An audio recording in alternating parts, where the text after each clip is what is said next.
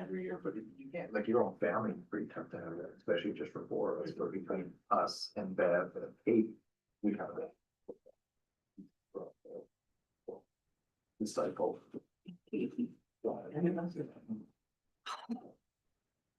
Okay. I think it's 5 o'clock, so we'll call the governance and Your family, pretty tough to have that, especially just for four of us, but between us and Bev and Kate, we have it. oh my. Anyways, we're going to be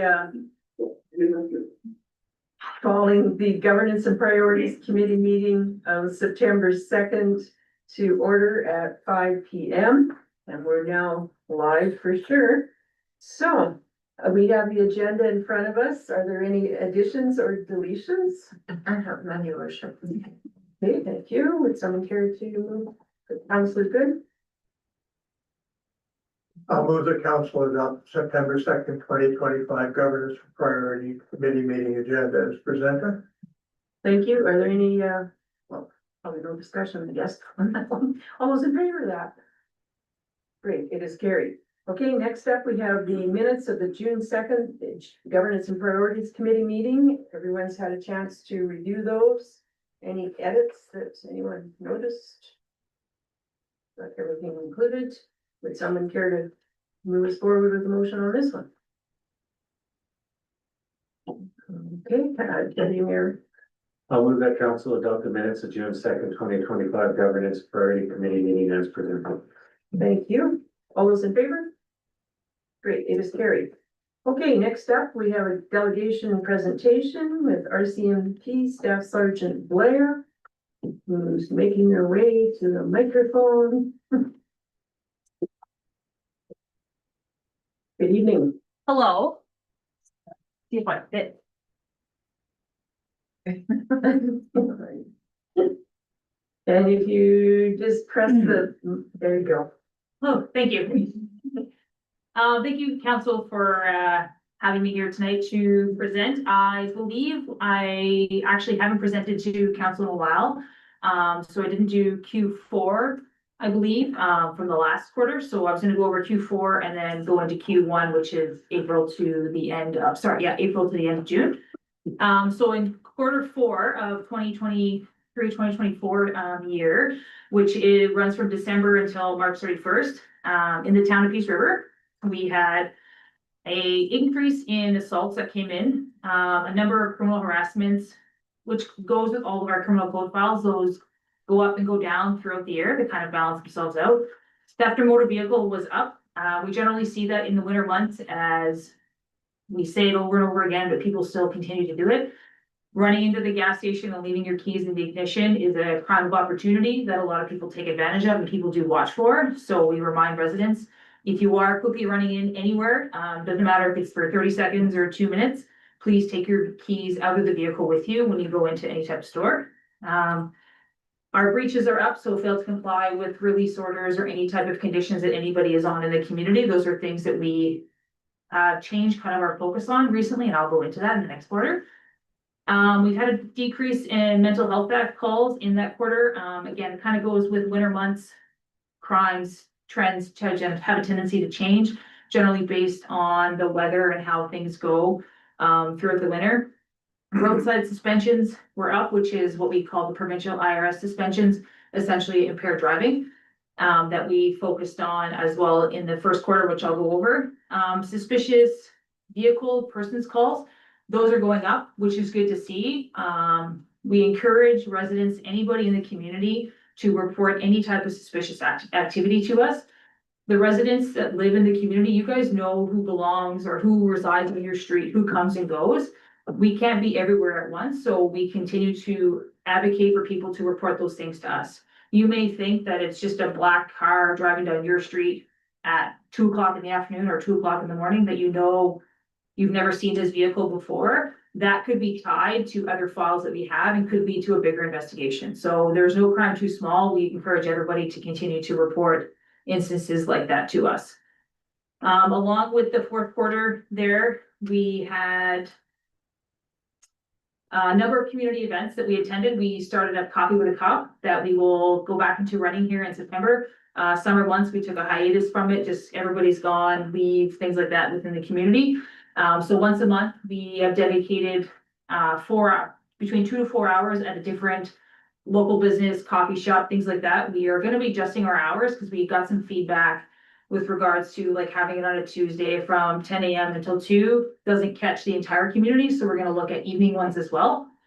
Different businesses throughout the entire area that we police, so not just within the town, but also Grimshaw, Nampa, different places like that. And it gives residents the opportunity to just come up and speak with us, kind of a one-on-one conversation, ask them questions that you normally don't get those opportunities to ask throughout the course of life.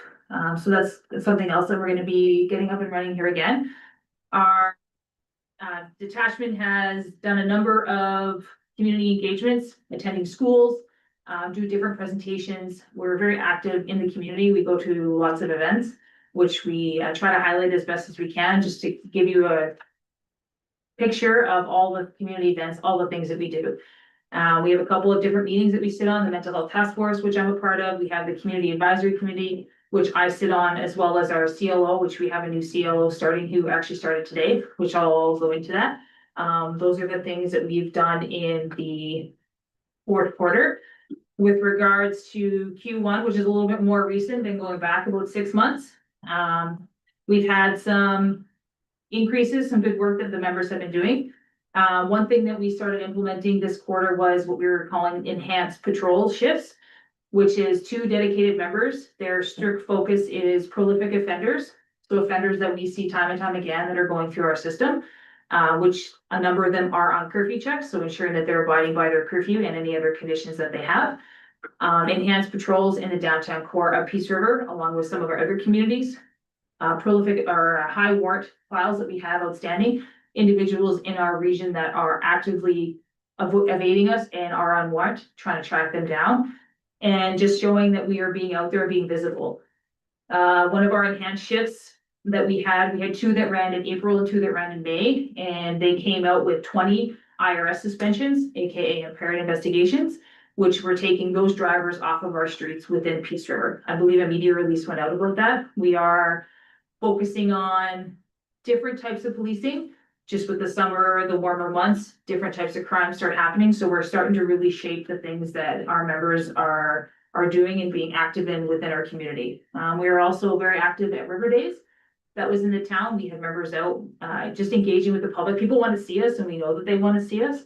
So we're really making an effort to get out and to engage with the public, things like that. Business patrols are happening. I believe we've had an increase in those. We ran out of the business cards, so we had to order more. We had some come in, but they are happening and they are actively happening within the town of Peace River here and other communities that we're in. I think that's kind of my ramble. Take any questions. Yes. I noticed there was one line here with abduction and hostage. Is that something that doesn't really happen very, I don't think I've ever seen that. That's my first question. It's not a common file. It does happen, but it's very rare that it happens. I've only seen it a couple of times. Sometimes a file can come in that way, that it starts off that way, but then when we're able to get down and do their investigation, it gets scored as something else. But it does happen, but just very rare. And then my second one is, could you give me an example of how the RCMP, doing their job, they've got the sheriffs here doing their job, and then our CPO. Can you run me through how the communication between those 3 happens, or like, is there any proactive work together type of situation? Or I'm just trying to make my head realize how those 3 work together and. Yep. So what we have is your CPOs, your community, the CPOs there, and then we have the Alberta Sheriffs, which their main focus is traffic enforcement, being out doing traffic. They have different units of sheriffs, and most of those are running closer to the cities, Edmonton and Calgary, where they have a couple of different units. But the sheriffs that we have here, traffic, and they do court procedures. So they transport prisoners to and from the courthouses, from our jail, or if they're remanded some other community, to PRCC or to other institutions within the province. And then us, RCMP, our main focus is criminal code investigations. but we can do everything. But if our umbrella is this big, we're not gonna be able to focus on what our main meat and potatoes is, which is criminal code investigations. How we communicate back and forth is the sheriffs have access to our radio, so we're on the same radio. We just flip back and forth to channels. And we had an MOU, memorandum of understanding between your CPOs, and they are getting access as well. Danny and I probably meet once a week or once every 2 weeks for communication, sharing back and forth and joint projects that way. Thank you, excellent. I noticed with respect to staffing, it seemed they almost had a full complement in this last quarter. Almost, don't jinx it. Yes, we're doing quite well, actually. We have seen some turnover, as what happens every 4 or 5 years within a detachment. Actually, every year you see the 4 members that hit the 4-year mark that move on somewhere else. We have had a few members that have hit their 4-year mark and they have extended here in Peace River. So I think we're at about 4 right now that are going into their 5th and 6th year here at Peace River, and they've elected to stay long-term as they are happy here and their families really like it here. We did have a few members transfer out at the end of June. We had 3 members that had departed. We had already filled their positions. Yes, with new recruits from Depot, it's better than having nobody. We had 3 people, sorry, those 3 positions were filled, and we are also getting 4 more that are allocated for a detachment within the next 2 months. So any positions where I have members going that are already on their way out the door, they're still here, but I have them training their new recruits before I'll release them. So the members will be trained before the experienced member leaves. That seems to be a very good one. Took a bit, but we got there. Yeah. And I think maybe there's just some typo, detachment support, there's still 4 in the first quarter here. Yes, there were 4, yeah. And that on the provincial side of things, almost full complement there too. And the people coming and going, were you talking just municipal or the provincial combined? In the entire detachment. Okay, great. Councilors, any further questions? Deputy Mayor? Sergeant, at our last task force meeting, you were talking about pop-up navigation center being a possibility here. Can you update us on the status and are you still looking for letters of support for that? Yes, I'm still looking for letters, which I have them drafted. I will send them out. Navigation Pop-Up Center was for everybody that's not aware, it was a center that the Alberta government was looking for essentially a pilot project, which ran in Wetaskiwin in June of this year. It was very successful. I had a meeting with the detachment commander down there. It took a lot to get it up and running, but essentially what it is you have one designated location. They recommended more doing it on a weekend as opposed to a weekday to catch as much population as you can, where all of the resources provincially funded, however, operated and run from a committee or group within the town to get it up and running, where you bring everybody to one place at once where people can come and go and get their Alberta driver's license or different resources, access to AISH, second support housing, mental health support, psychiatry, police, all the resources are in one spot where they're there and they're booking appointments to do follow-up mental health and addiction, things like that. Where you have it all as opposed to you go to this door and book this meeting and then maybe you go here at a different time and book this meeting, bringing it all together at one. They were looking for a second province to host it. We've been fighting hard for Peace River, which is at the top of the list. We beat out Red Deer, believe it or not. And I have another meeting later on this week to go over it, to meet with our CSWD, who's having a meeting with the province to hopefully give us an answer with regards to moving forward. Very good. I think our FCSS and community services would be quite interested from what I'm hearing. Yeah.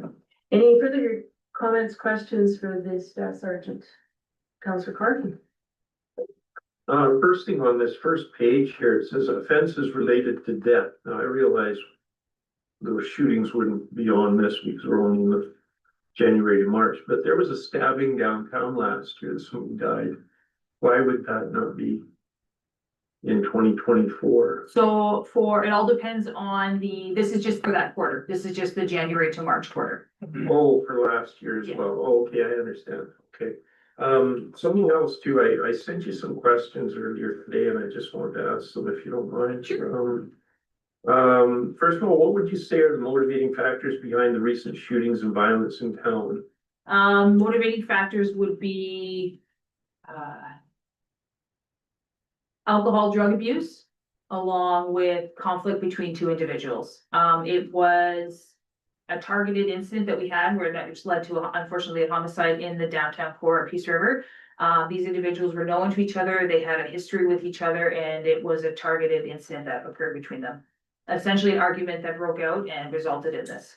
Okay, and the second shooting would be the same, the one behind Yes. downtown? Okay. What are we doing to address the violent street gangs setting up in town? So the big thing that we're doing is working with the CPOs to gather information on what's happening, because they're in the downtown as well as us, and our enhanced patrols are up and running, and we've been running those all summer, gathering intel, being visible in the downtown core.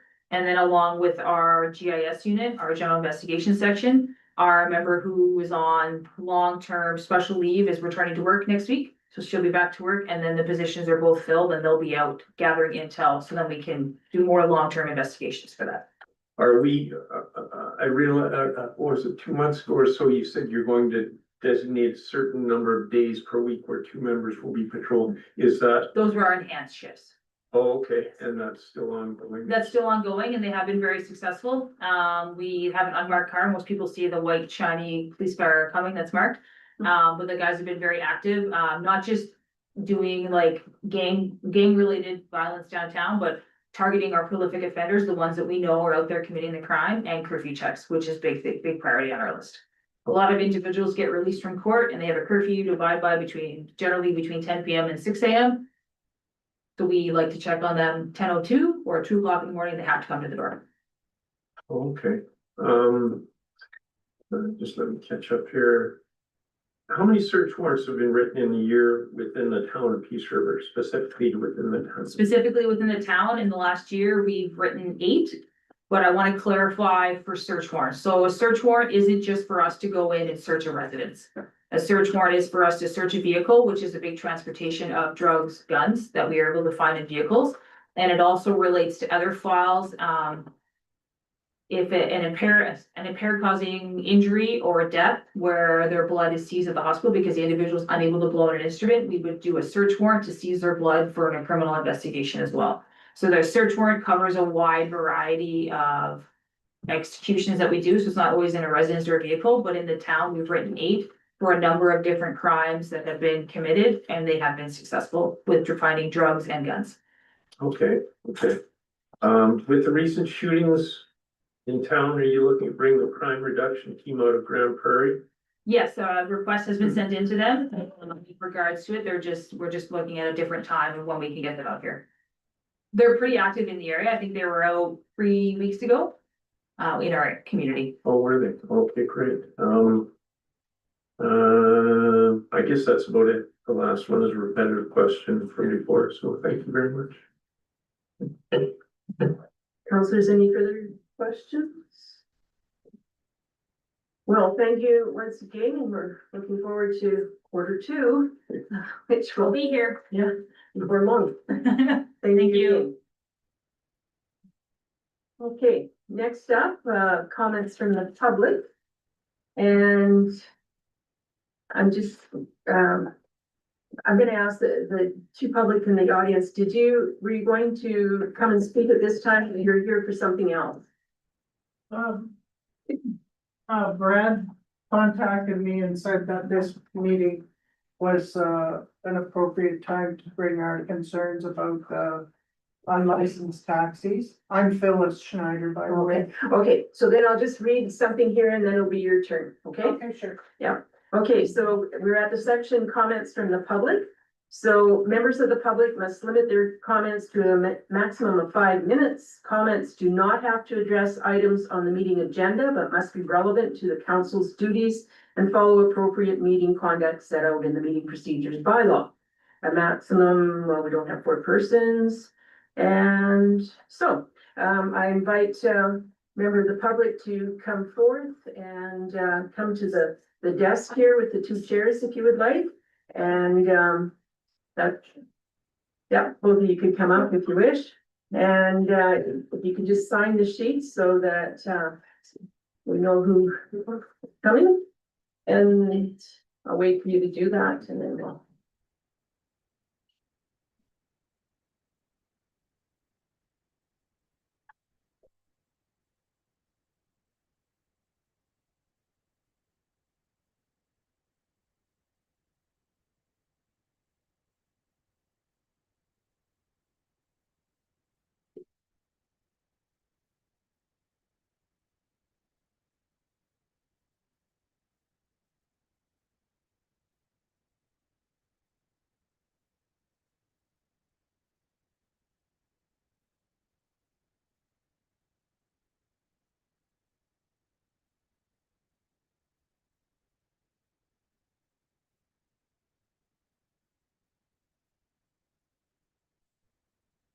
Thank you. So if you just press the button on the microphone, it'll turn red and that means the mic is live. And so if you could say your name again, please, and then bring your message to us, please. Okay. I'm Phyllis Schneider. I operate True North Taxi in Peace River. Anna Friesen, two-tone taxi in Peace River. Can we just go ahead and say our, Say your please. okay, the main reason we were wishing to come and present to council is just, for awareness to council, as I'm sure all members aren't necessarily aware of, current things going on around in the taxi business. Mainly, I just want to speak to, the unlicensed taxis that are operating. As you know, we do go through quite a few steps to maintain our legal licensing, our taxi permits, criminal record check with fingerprints, all of the things that I'm okay with. I mean, I'm more than okay with it.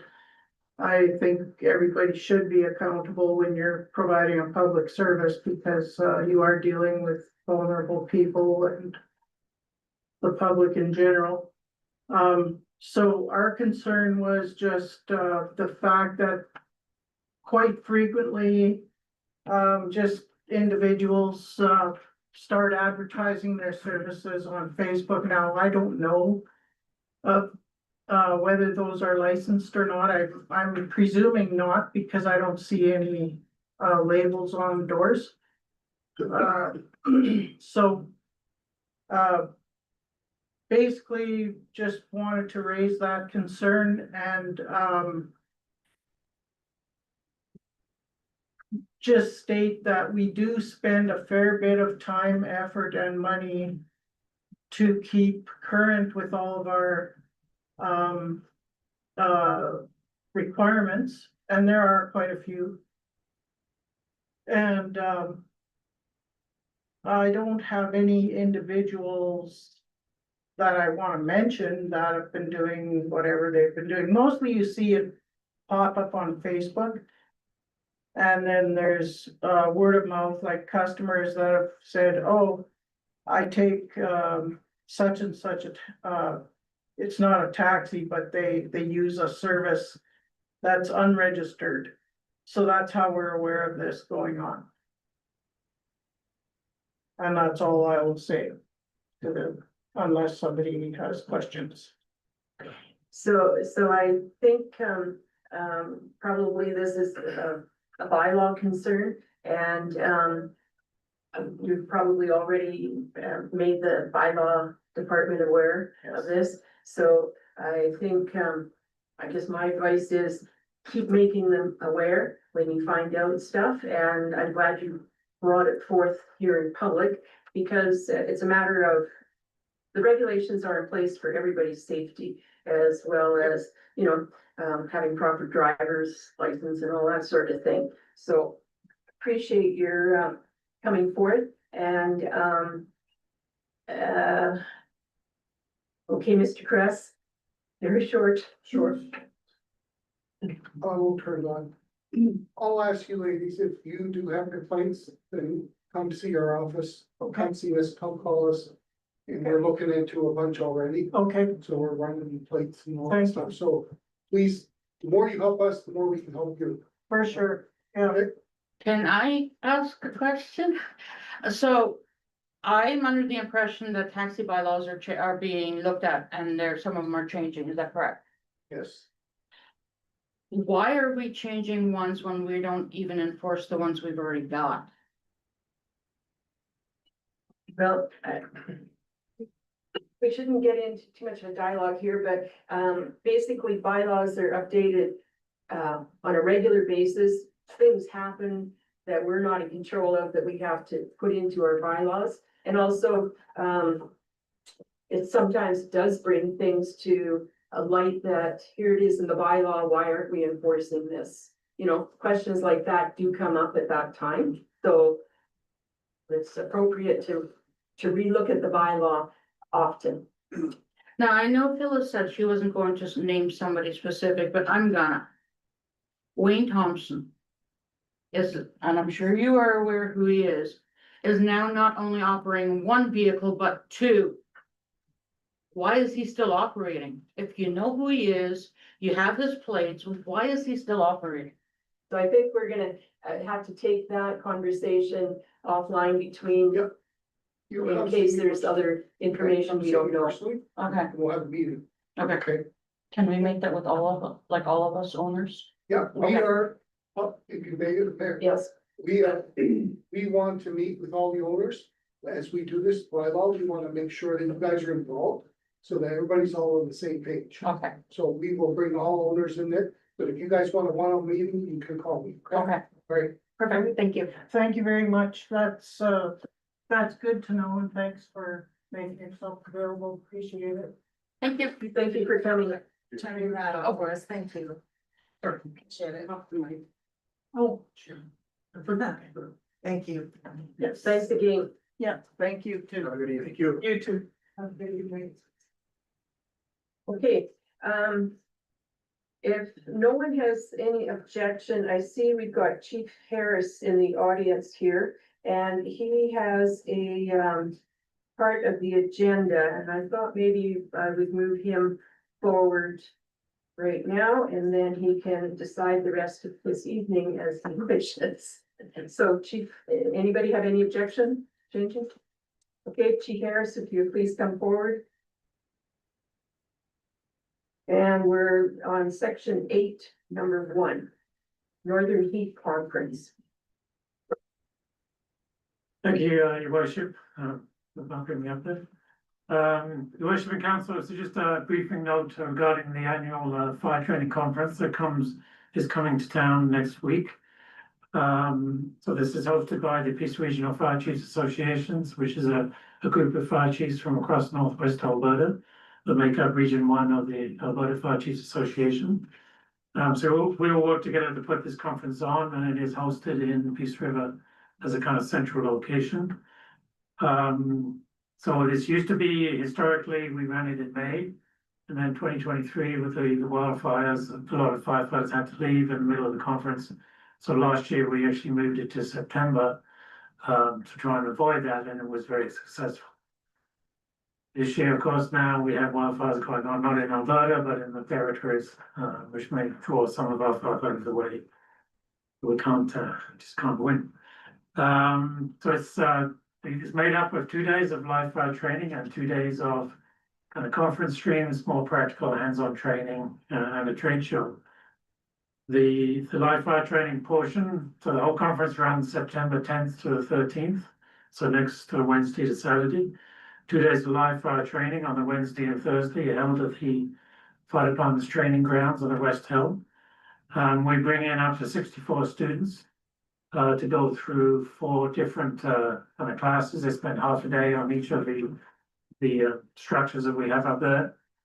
And we have our phase 1, which is a kind of introductory structure where they observe fire behavior, fire growth, that kind of effect. Our phase 2, we don't run fire in that, we use it cold, and we do forcible entry training and then firefighter self-rescue from confined spaces. And then our phase 5 is a two-story structure. We can use that for training hose advancements into structures, as well as basement fires and second floor fires. And then we also have our propane props, so we use liquid propane to simulate vehicle fires, dumpster fires, propane tank fires, those kind of fires. So it is a very busy, four stations are going on at the same time, with up to 16 students at each station. So we have 64 firefighters to take the training. We have about another 50 instructors and support personnel that run that. And all the instructors come from around the region. They're all supported by the municipalities, or they're coming on their own dime. We don't pay for any of the instructors to do that training. There is a National Fire Protection Association standard for running live fire training. It's NFPA 1403. We have members that are certified in that. We run the training to that standard.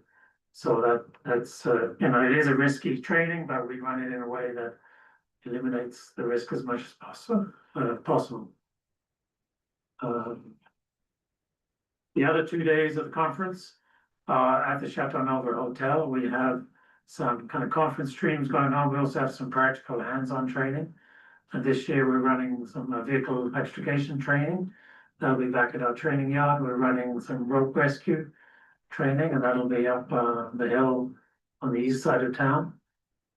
We also we'll be running an officer boot camp. So this is training for new officers in the fire services and going to give them the fundamentals of being an officer, and also a fire dynamics boot camp, which is sort of train the trainer on how to teach fire behavior, fire dynamics to other firefighters.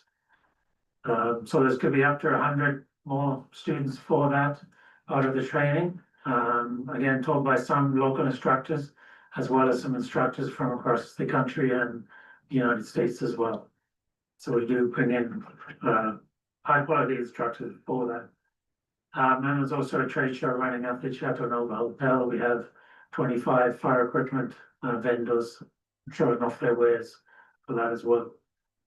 So it is quite a big conference. We've been running it since 1999. So it's 26th year that we did lose a couple of years during COVID. We couldn't run it. It does bring in a lot of firefighters into town. They come in, they just spend their money quite a bit in certain establishments. And it has become very successful. So I just wanted to update on that. Councillors are encouraged to come and watch some of the training if you wish. So next Wednesday, Thursday will be the live fire training at the training yard. And then Friday, Saturday will be more hands-on training at various locations. So if anybody does wish to come and check it out, just get in touch with me. And I'll be able to coordinate that with you. Great, Any questions? very good opportunity for our local firefighters to get excellent training locally too. Like, Yeah, and I hope the time we run this, try and run it at a very reasonable cost. So it's aimed at a lot of fire departments across the whole region that can have this training at a very, low cost and locally as well. They don't have to travel to the big cities to take it. Part of that is all the instructors giving up their own time, either on their municipalities' wages or on their own time. And also we get a lot of donations from local businesses. All the porta potties are donated by Falcon Rentals. All the tables and chairs for the lunch table from Renco, they donate that. Platinum Fuels donates all the propane we use during the burning. Cocoa in High Prairie donates all the OSP that we use in our burning chambers as well. Tim Hortons donates coffee and muffins for 100 firefighters every day, 4 days. That's all donated. Co-op donates all the bottled water. So we have a lot of support from the local businesses, and they're quite happy to do that, and that enables us to run it at that reduced cost for the fire departments that don't have big training budgets. that's great. Councillor Carr? You said you have 64 students and then you mentioned 100 students. Is that high school students, like from the region, or what do you mean by students? No, they're all firefighters, just students because they're taking the training. Oh, okay. Delegates, you could say the delegates at the conference. Oh, But yeah, so it's 64. Some stay for the whole 4 days, and do the live fire and the other training. Others just come for the live fire, and others just come for the second 2 days. So it's a bit of a mix. So, but with all the support staff, generally there's around 100 to 150 extra people in town over the 4 days. Councillor Shannon? Was there always a trade fair? For some reason, I don't remember that ever being any other year. Yeah, maybe not from the very beginning, but for the last probably 10, 15 years that we've had a trade show. It is actually, and these are the same trades representatives that go to the large, the Alberta Fire Chiefs Conference, the Canadian Conference, So they've actually, they really like coming here. They get good business, good support, so they kind of fit this into their conference schedule. And we're well supported, and we should fill up the banquet room at the hotel. And we have equipment outside as well, so you'll see fire trucks outside the hotel as well. And lots of fire trucks in town next week. Councillor Scannell, Where, if I'm gonna, let's say, attend something that's like this, but not here, how far do I have to go? Like, where do these other types of things have? Is this like Edmonton or further kind of idea? Yeah, Edmonton would be the closest. If there isn't really anywhere else that runs this type of conference, there is one in southern Alberta. Sort of Lethbridge or Calgary. That does some training and not at the extent that we do. There's really nowhere else even in Western Canada that runs this type of conference. There's lots of conferences for fire chiefs, that kind of thing across in each province. But a sort of training conference for firefighters and officers there isn't really another one in Western Canada. And we've kind of become that premium conference for Western Canada. We've had students in the past from the Northwest Territories, from Northern BC, from Saskatchewan, from Southern Alberta, all over actually that come to take it because of the kind of caliber that it's built up over the years. any further questions? Well, thank you, Chief Harris, and thanks for all your work in organizing the conference too, because there's a lot of background stuff happening there, I'm sure. And looking forward to a great conference next week. Thank you. Thank you very much. You want a motion on that? Okay, so yes, if we could have a motion. Sure. Move that council accept the briefing note regarding the upcoming Northern Heat Conference for information. Thank you. All those in favor? Note that Deputy Mayor Boychuk has left the room. So it is approved. Okay, next up, we have a review of bylaws or policies. And first up is land use bylaw refresh, a continued discussion with Director Fisher.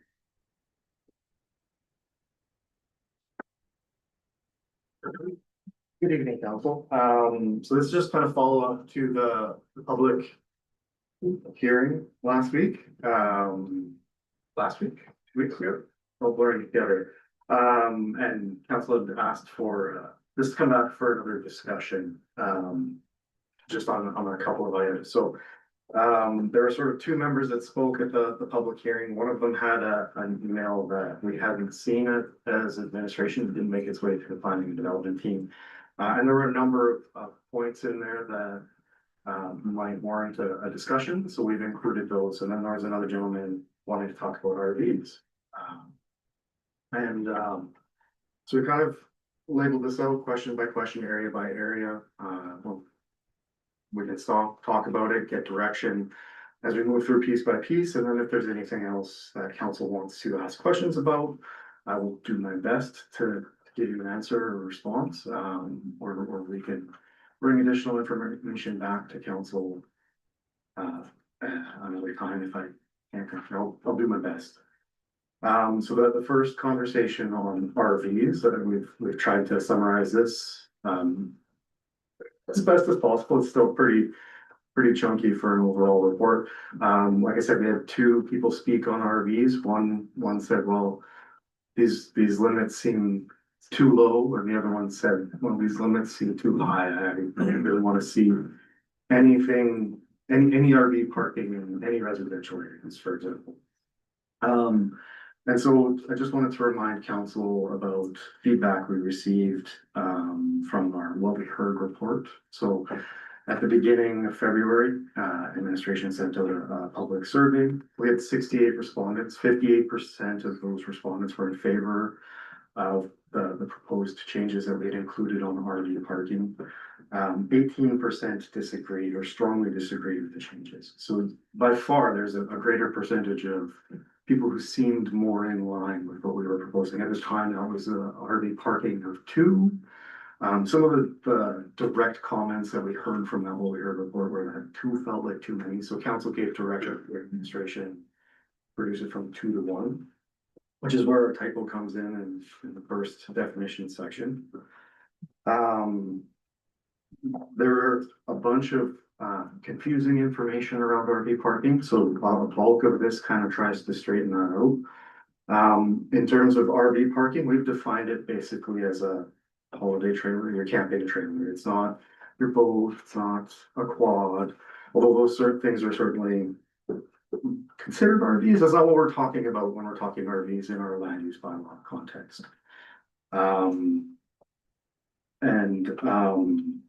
There was sort of 2 lines of discussion. In the commercial areas, generally it's a relaxing of what is permitted. From administration's point of view, we feel that we've allowed 5, and you can have 5 RVs stored on a commercial property without having to go get a permit. If you need to store more than 5 RVs on a property, you should probably be looking at setting yourself up as a storage or sales facility, because you've obviously got something that's going on. But just to be clear, quads are not RVs in this bylaw. No, Okay. no, we haven't defined them as raised. Right. You said that applies to commercial lots, not residential. The 5, so for residential, we've reduced it from 2 in the draft bylaw down to 1. Now, just to be clear, our existing bylaw is silent on RV parking. We don't really deal with that at all, right? So that's why we decided should try and introduce something, because there are some areas where we do have some issues where the street is congested because there's too many vehicles and not enough parking. So that's sort of one thing that was part of the conversation. There were some criticisms around one of the clauses with RV parking on the exemption piece, where we had said that the RV parking should not occupy or obstruct access to on-site parking stalls, and be located wholly within the site. And some of the concern came about because some residents could theoretically, if they didn't have a lot of vehicles, meet all the storage that they need on site with their driveway or their on-site parking, right? If you've got one truck and a trailer and it all fits and it's not in the way of the sidewalk, should we really be making that resident construct additional parking? And I think the answer is no, or at least that's sort of how the administration aligned with it. Our intent wasn't that we would be making everybody construct new parking like this change. But what we were looking for is a tool to deal with areas where parking is congested. So if we go out into an area where there's an RV in the driveway and a boat and a quad, and there's a whole bunch of vehicles on the street, like across the street, and it's interfering with municipal operations, or, you know, like you go into a neighborhood and you can't park or you can't drive around the loop safely without, if you encounter oncoming traffic because there's so much congestion. Those are the kinds of things that we were hoping to catch with this. And we do feel that we need a tool in here to basically make owners choose between getting some additional storage or constructing some additional storage off the street in those areas where it's congested, rather than continually fining or towing, or just choosing not to do snow removal because we can't get our equipment down the street, for example. There's a cost impact if council chose to go to the direction where 0 RV storage was allowed on properties, residential properties. Some might be able to find arrangements where there's not a cost involved to them to have it stored off-site. But by and large, you would be forcing a lot of residents who have these, if we went to a 0 RV storage policy or included that in the bylaw 0, you would be making those residents incur another cost, and the administration feels that would be viewed negatively. That would be which, I'm sorry. If council elected to revise the RV residential parking storage from 1 as it is currently written 2-0 as one of the members who spoke in the public hearing want. But that's gonna make those people who own those and now have to find offsite storage incur cost. I mean, council can do whatever they want, really, but I think that would be viewed negative. Okay, Councillor Carr and then Harker.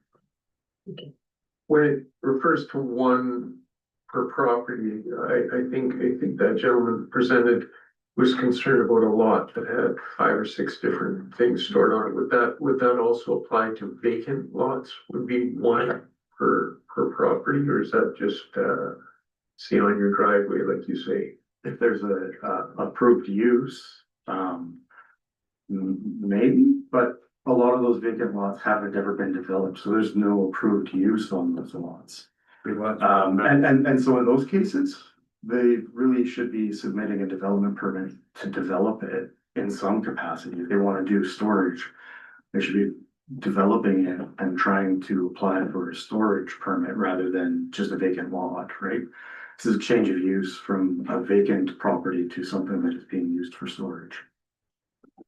But that's not likely to happen, though. You got a vacant lot beside your house and the owner says, yeah, go ahead and use it. I mean, they're not gonna apply for a change of use to store their holiday trailer there. They're supposed to.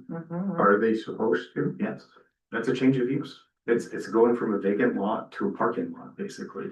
That is a change of use. And we are pursuing a couple of properties where that is the case under the land use bylaw currently. Oh, that's in our current land use bylaw. What's a change of use? If you are changing the use of a property, you are required to get a development permit. Thank you. CAO Miller, did you have a comment or? I was just going to confirm that we are chasing a couple of parcel owners where they're using properties for storage. And it's exactly as Director Fisher said, it's a change of use, which requires a development permit application to be reviewed and approved. So maybe should I wait for more comments and then ask you on this section or ask now? You're the chair, see? Sometimes that matters, sometimes it doesn't. Anyways, question. So somebody has a holiday trailer, they've got 2 parking stalls on their lot. They park the trailer on one of the parking stalls, park something vehicle wise on the other one. The only problem happens is if they have another 3 vehicles parked in the street and the snowplow comes along and they don't have any place to park those other vehicles that are on the street, one of which could be occupying the trailer,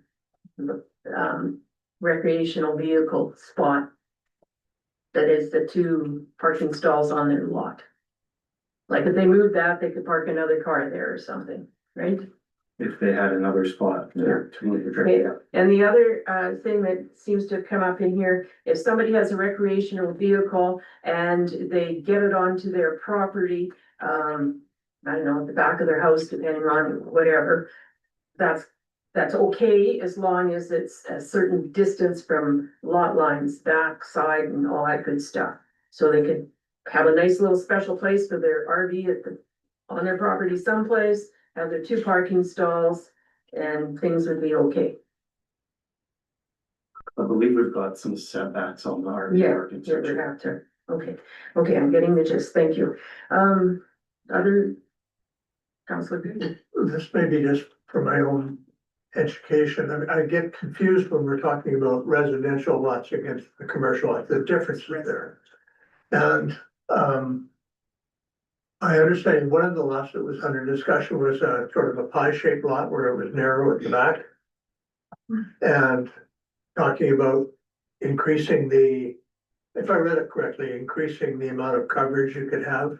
That's a different comment. Is that a different comment? Sorry. Okay. That one's related to accessory structures, so those are fixed structures. So the bylaw as it's in residential areas, as it is being proposed, what you could have 1 RV on your lot if it wasn't blocking a certain, it has to be off the sidewalk, kind of in the driveway, right?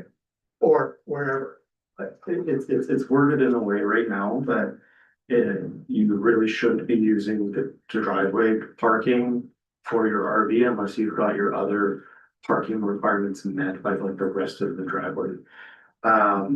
That's how it's currently worded. That this certainly is a concern that as long as it's not causing an issue, I think that if everything is parked on the property, it's reasonable to do so. So proposed some wording as an alternate to the one clause for that, but. So run me through a scenario, the person has an RV in their driveway and they park a car, there, let's say they only have one car. They park their RV in the driveway and they put their daily driver, if you wanna call it, on the front, out front of the house. That's really not an issue.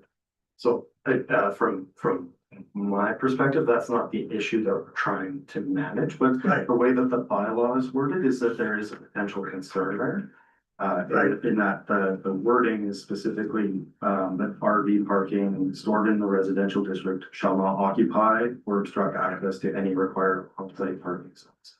So usually if you've got the driveway in front of your garage, you're required to have sort of those two parking stalls at a minimum, right? So if you are taking those up as on-site storage with the RV parking, you're kind of in trouble with the bylaw, even though it wouldn't really be creating a problematic scenario. And I think that's one of the feedback pieces that we got from one of the speakers. But this is where it's confusing in some neighborhoods, because you'll have three sort of same size lots, same size houses. One has a driveway. Two of them don't. One can. All the rest of them park on the front street or whatever. They don't park in the back. They couldn't drive an RV into their driveway. The only one person who has a driveway could put an RV in the driveway. I'm not so sure I really have an issue with that. Because they're not really getting any more street parking than anybody yet, than two other people on either side of them or two down from them yet. So how do you kind of write something that works in those situations without treating that person differently because of how they design something ahead rather than the other people? I mean, and I'm not sure there's a really great answer, but I'm just saying I can see that coming up and a person saying, I'm not causing anybody any issue here. I'm not using any more of the street than my neighbor does. Yeah, so I think that's where some revised wording that administration has proposed in response to this comment is not occupy or obstruct access to any required on the street, on-site parking stalls where insufficient street parking is causing complaints from adjacent properties or interfering with municipal operations. So adding that second catch-all to deal with the problematic ones. And in those cases where we get things that can't get it resolved, then we have the ability to conversation with them and say, well, we're obviously getting complaints here, contravention of this. You should construct additional parking for your RV so that you can get your vehicles off the street or. But what I'm saying is that the argument that it's interfering with other people's parking, for example, if the guy, let's say the guy has two cars of his own and the RV in his driveway. Other neighbors, a large number of them have two cars. They both park out front. They may say, well, he can park one in his driveway and park one on the street. I'll leave an extra spot for my guests or my friends or whatever. But he's really not, that person's really not taking any more street parking for cars than anybody else is. It's just how their house is designed. And I can see them saying, hey, if my neighbor can park their two cars on the street, why can't I park my two cars on the street? Because to an extent, the RV on my property becomes irrelevant once it's on my property, except if you want to make a point out of it. It doesn't really physically make that much of a difference. You could if it was blocking sight lines or things like that, you can make those other arguments, but those are extraneous to what we're talking about. With our extraneous, yeah. It's actually kind of a pain in the butt to be having this conversation like this, but typically like what we should be doing, and maybe in some of those areas that you're talking about, we haven't been very strict or as strict as we should have been in the past, is that We should have been making people, when they were building those properties, construct the on-site parking so that it is less of an issue, because that's typically how these are dealt with, right? So when we've got, when we're doing a neighborhood development, we say each house needs 2 on-site parking Yeah. stalls.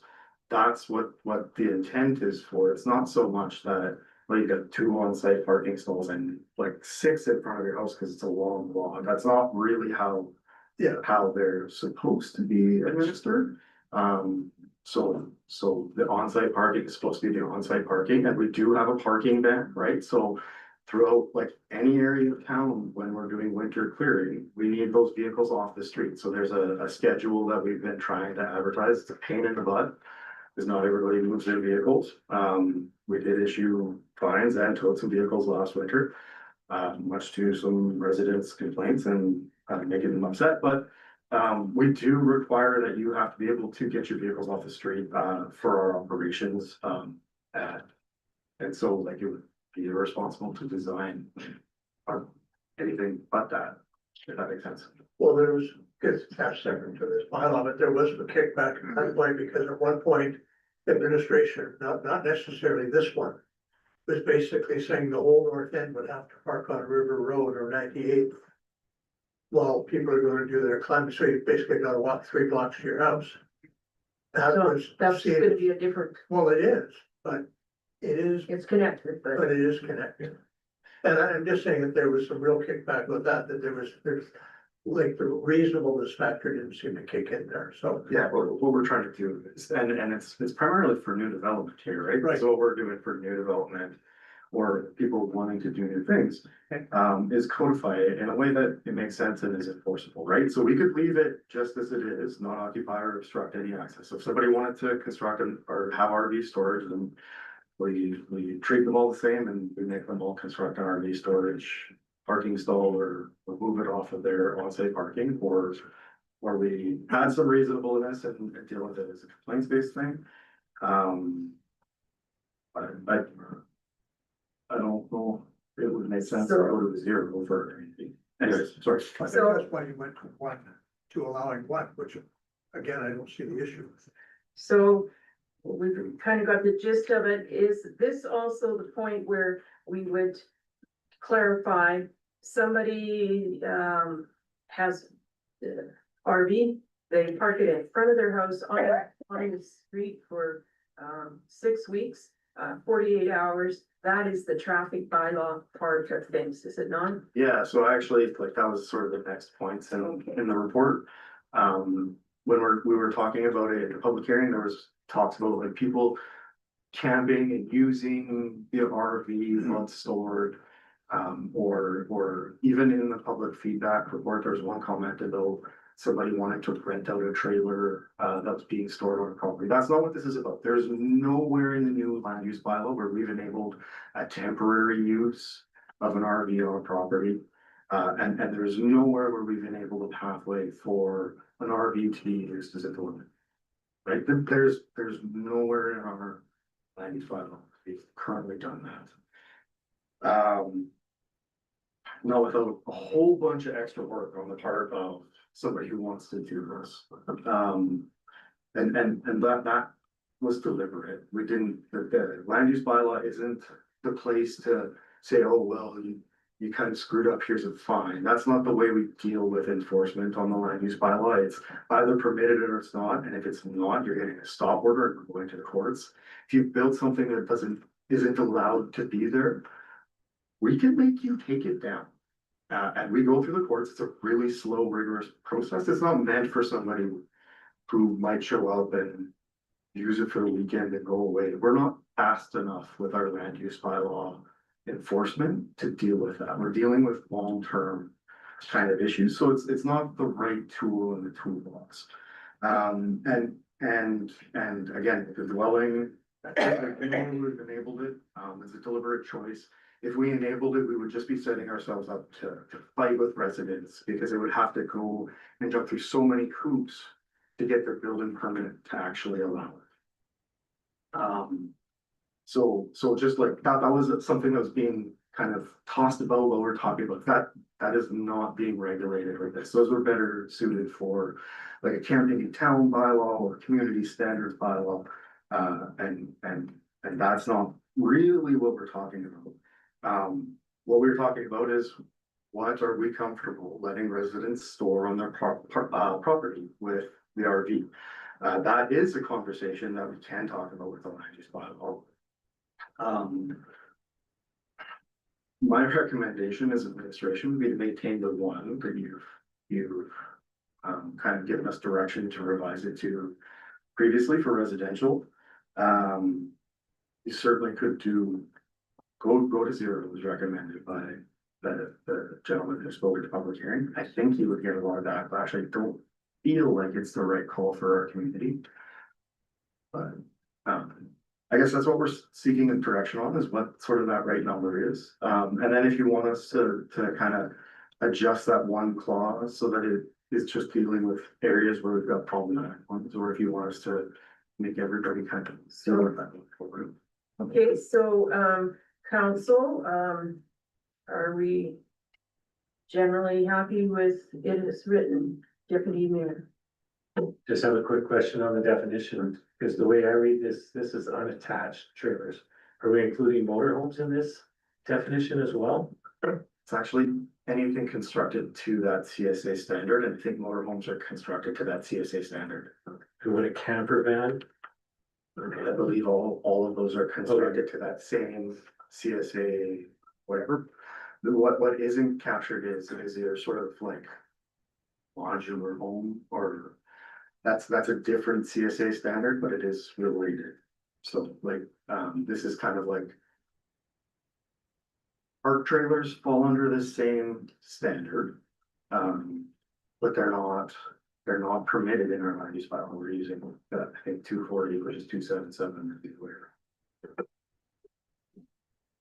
Okay, so, council, well, first of all, I'm looking at the section F, page 3, which is, to adjust some wording about, not occupying or obstructing access to required on-site parking stalls, and as Mr. Fisher was describing.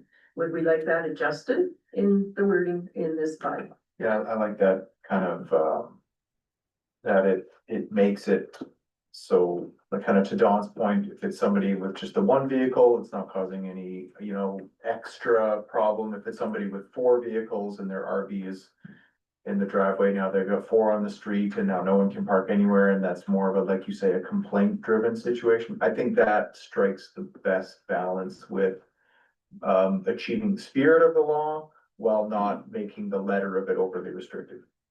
I'm gonna phrase it the other way. Does anybody object to putting this rewording in the bylaw? Does anybody object? Okay, it looks like the wording goes in. How about, does anyone object to the having one RV max? With all the parking things that we discussed. So one, none, many. Does anybody object to having one? Not objecting, but just going to Deputy Mayor's comments, when you're talking about definition and camper van. Because you get these little vans, or they're camper, but they use them like an SUV for their everyday use. So would that still quantify as an RV?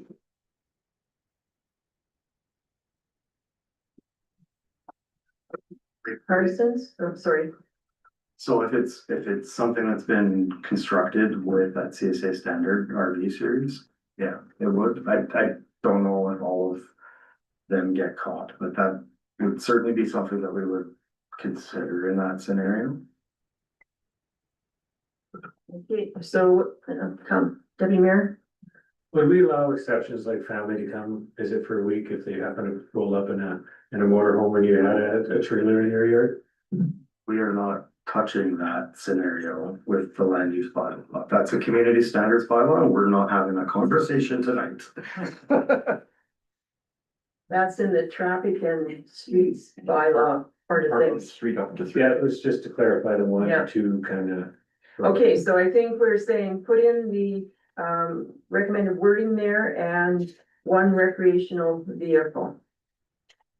So the next topic is maybe 524, 50% ground floor, etc. Yeah, so some of these are a little bit quicker. 5.24 is specifically talking about our down Main Street overlay. And it's related to a conversation that, or that email from the one member who spoke at the public hearing.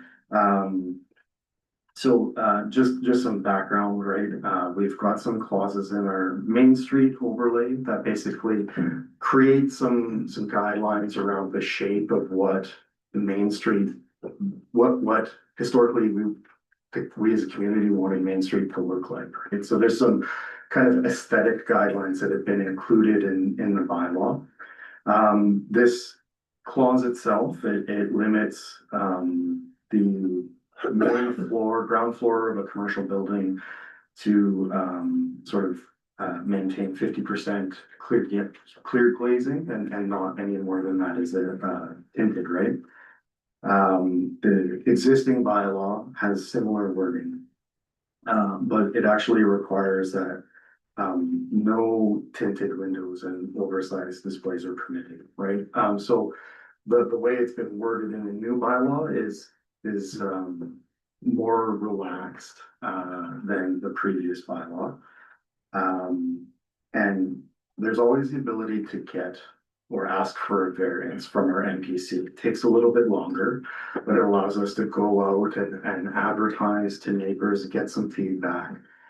So for those businesses, like the AGLC ones that require certain levels of tinting on their window, we still have a pathway to say yes, because if we didn't, there would be 4 of them on Main Street. But that's an exaggeration. I think there's 2 today, but there is evidence that that variance process does work. I mean, we have the ability to go through it. That's kind of a high level background on this warning follows. Council could maintain the direction, which is a relaxing from the existing bylaw. You could have us change it any way you want, remove it. I don't think it is creating a significant barrier to redevelopment or development downtown. So my advice would be probably just leave it as it is, but Leave it at the 50% minimum. Okay, councillors, Councillor Good. Yeah, this may be a really stupid question, but okay, I put my 50% on the front and then I put curtains inside. And block the window entirely with my hanging curtains. Totally cool. yeah, I think so. I don't think our bylaw doesn't govern furnishings inside the building, and we've actually made that distinction on the next item with signage. There is a distinction between what gets hung on the inside, and we don't regulate that. Right, what I'm sort of speaking to is, in some businesses, the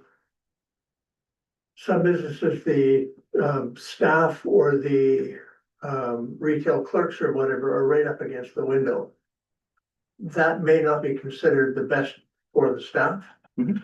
So you can see where it can cause some construction difficulty, or design difficulties if they have to have their backs to a chunk of glass that's 1.5 feet behind them or whatever, or have their desks really proximal to the windows. I don't think that's our intent to cause those difficulties. That's the only places where I'm really having struggle internally of, do you put something in place that almost says you can't go there from here? Or whatever to achieve that. In other words, is it a problem we really need to solve? And that's just my question.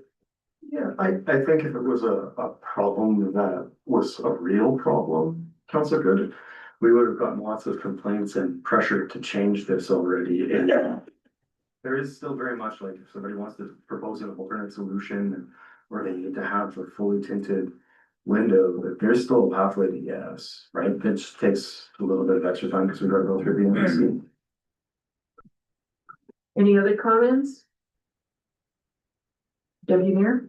I'd just like to comment that I know weed stores were brought on there, but, the Alberta Cannabis Regulator has allowed them to remove that due to the high number of thefts that are going on and being locked out by those windows, so it might be something to take into consideration. And I guess I see the 50% as doable. You could, here's my 7-foot window, I can do 3.5 feet of something, as long as I've got my 50% still clear. It would be doable, maybe. We want them to decorate with Easter bunnies and stuff like that sort of thing too, so. And the restriction is on tinted, right? So Yeah. there's a not transparent piece, but it is less restrictive than the current bylaw. That's written, right? Just the way it is currently written, so. Okay, so, counselors, is there any objection to, leaving it looks as is? With the 50% minimum clause? We're good? Okay, Mr. Fisher, it looks like that one could probably stay.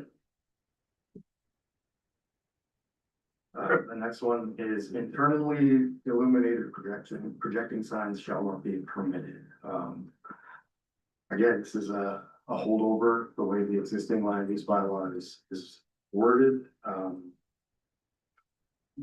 Basically, the projecting signs are the ones that stick out from the building perpendicularly, right? They stick out over the streetscape. In our existing bylaw, I think the existing wording has some size stuff, but illuminated projecting signs should be lit from an external source. Internally illuminated projecting signs are not recommended. We've made that as a bit more of a firm by saying they're not permitted. Just so that there's clarity around it. It's primarily about the look and feel of what we want, but again, this is a Main Street overlay. There's other signage that was brought up in the question in terms of like the lotto sign or the open sign. Those are all fixtures, those are exempt. Basically, stuff hanging on the inside of the building in front of the window, not really, like those signages are tower signs, not covered or regulated by the bylaw. So that's the big one. It's just a different look and feel. I'm not hung up one way or the other. Again, there's still a pathway to yes if you want to propose something different. You're just proposing, hey, I'd like to do this, goes through MPC, send it over feedback. It's about trying to maintain consistency on Main Street. Certainly can change it if council wants to do that. Counselors, Counselor Good? Possibly another dumb question. An LED sign, like big 5-foot LED sign. Is that internally lit sign? Kind of is. So they would not be allowed, basically, what I'm reading to an extent. Perpendicularly, so projected. They're okay flat, but I not, believe those are allowed on the fascia signs. sorry, I believe that the internally lit ones are not for the fascia signs. okay. So why not? Sticks out.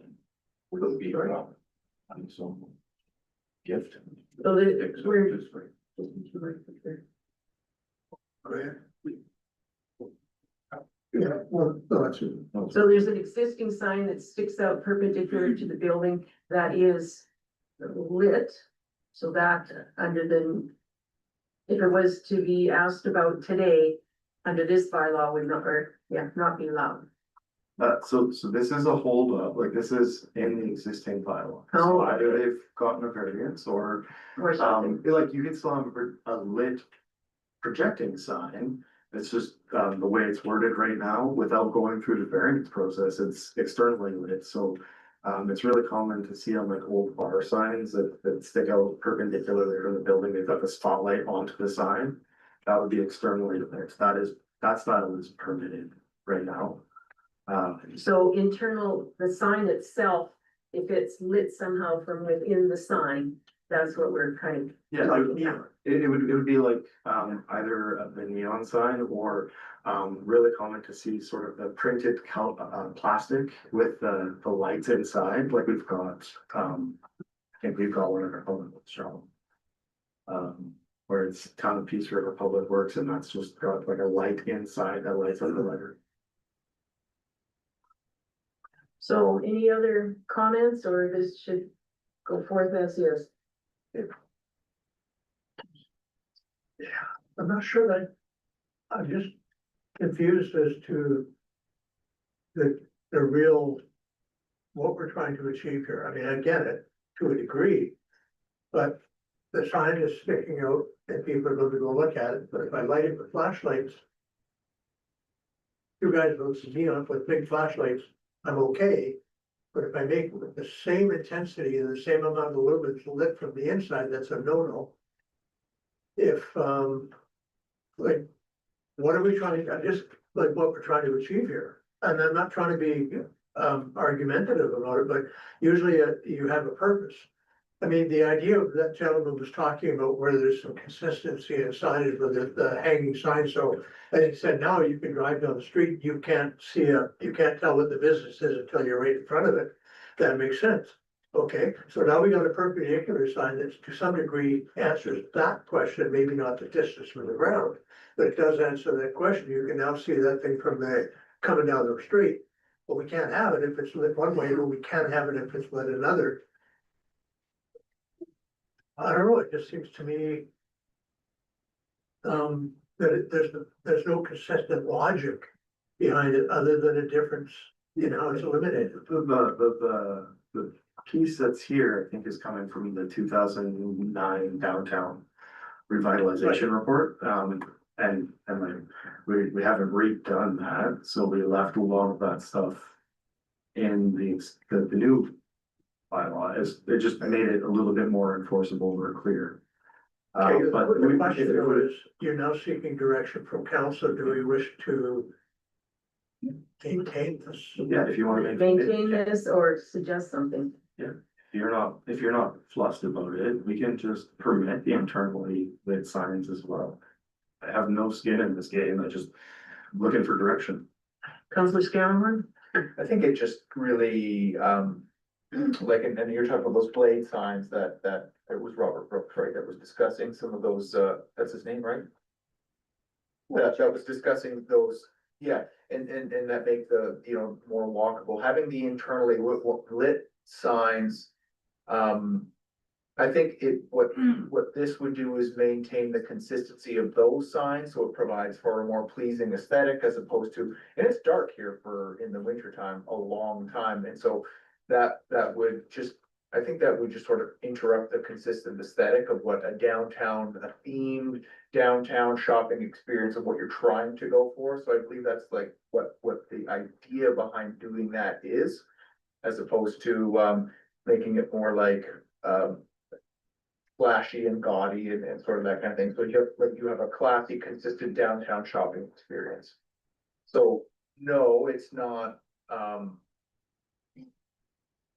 I thought as impactful of a rule as any others, but it just helps to kind of better theme the aesthetic of the downtown to something more consistent, which is just, yeah, like aesthetically pleasing to walk through and experience, as opposed to flashing and So you're saying distracting. the So wording? I would suggest that if that was put into that earlier study, that if it was there for a reason, for most likely that reason, and could remain. Because the concerns that were brought up did not apply to that rule. And I'm not saying that there's not something that doesn't already exist that might be in violation of it, you just wouldn't get more of it. So I think what I'm getting from council is leave it as it has been here. Unless somebody objects. No. time is now. In all fairness, Mayor Renzer, it is a problem, we can always change it in the future. Yeah. Right? Yeah. Okay, so for right now, seems to be. Gotta be. So 5-2-16 is different signage. Yeah, this is one of our trying to clean it up and make it more clear that we missed. So that the comment from the public was fascia signs should be located above storefront windows. That's how we've kind of worded it instead of a shall. And I guess the question is, should it be revised to a shall? And use the variance process to allow for somebody who wants to look at something different that way, or should we leave it as it should? For clarity. And so the conversation is particularly about fascia signs, so the ones that go kind of above the store front windows or the doors, right, that have like your main kind of when you think of a business sign, right? So on these ones, it's should be above the storefront windows, but it's not a shall. So Any thoughts, councilors, on this one? Should, shall? I think most businesses you can look at will probably have it above the storefront windows and up near the top. Near the roof line, but above the windows. Do we want shall? Yeah, I think that, again, for that consistent shopping aesthetic experience, I think that we would want to maintain that. Any other councilors' thoughts? Councilor Shannon? So you're saying that if a shopkeeper decided that they wanted to have a unique sign, is that where that would come in to play then? Are you saying? So this one is for the, like, if they wanted to have it in a different location, right? So typically the fascia sign you'll see above the windows, like underneath the roof line, right? That's a pretty common place to see it. So you see it from the street, you go in and you walk under it as you go in the door, right? If an owner wanted to put it down low, for instance, the way it's worded with a should it would allow that. If we switched it to a shall and somebody wanted to put the sign down low, they could, like, on a fascia sign, they could always apply for a variance. It'd be a slower process, and then we could have the conversation through the MPC to say, is this an aesthetic we want, or even just polling the neighbors and giving them the heads up that that's a variance that's going for a discussion. Okay, so what about one of the signs that are vertical? You know, sometimes I think vehicle lots have them, like you know, the tall, like Peace River Ford, I think, you know how they have the tall ones that aren't Yeah. on here. What if someone decided they wanted Those aren't fascia signs, those are a different, like they're freestanding signs, so there's a different section that applies to those. okay, got So it. this is specifically on the building, the front of the building, like attached to the building. Okay, yeah, my opinion would be that if they did want to change something, they should have an avenue to do that. So I'm thinking that's what you were saying as well. Okay, so I think I'm hearing that shall is the way to go. So they shall be above the windows.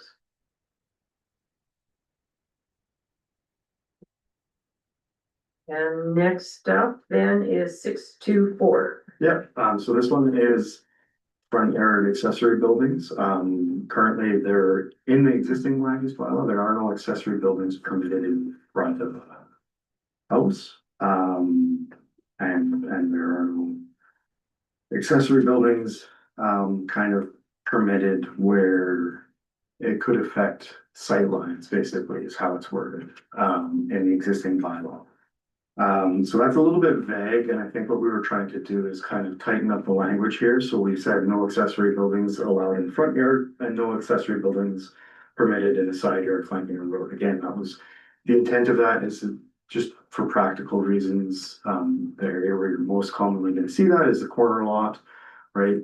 Where you've got an alley and a road and a road, right?